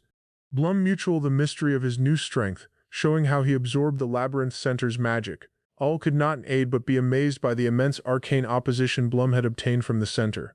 Blum clarified how the center's magic compensated for his history inability to heal efficiently, boosting his power. Widened his arcane vessels employing the center's magic, enabling him to release significantly more strength. Al recognized the trick, understanding that Blum had enhanced his recovery sorcery through the center's strength. Blum laughed, recalling how Irene had rebuked him when she discovered out about his hazardous deeds. Al asked Blum's abrupt look, recalling him that he had been expected to guard the labyrinth.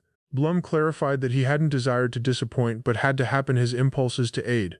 Mian's power was undeniable as she shattered the bindings, defying liberated from the mighty sorcery snare. Blum and Al exchanged looks, each readying themselves for the imminent clash with Mian. Blum requested Al for aid, his composed attitude hiding the fierce combat that was about to begin. Al grasped, aware their combined power was the only path to lost their mighty adversary. Smirked, comforting Al that he was already aiding more than he recognized, despite the risks. Blum and Al remained part by part, prepared for round 2, resolved to appear their teamwork.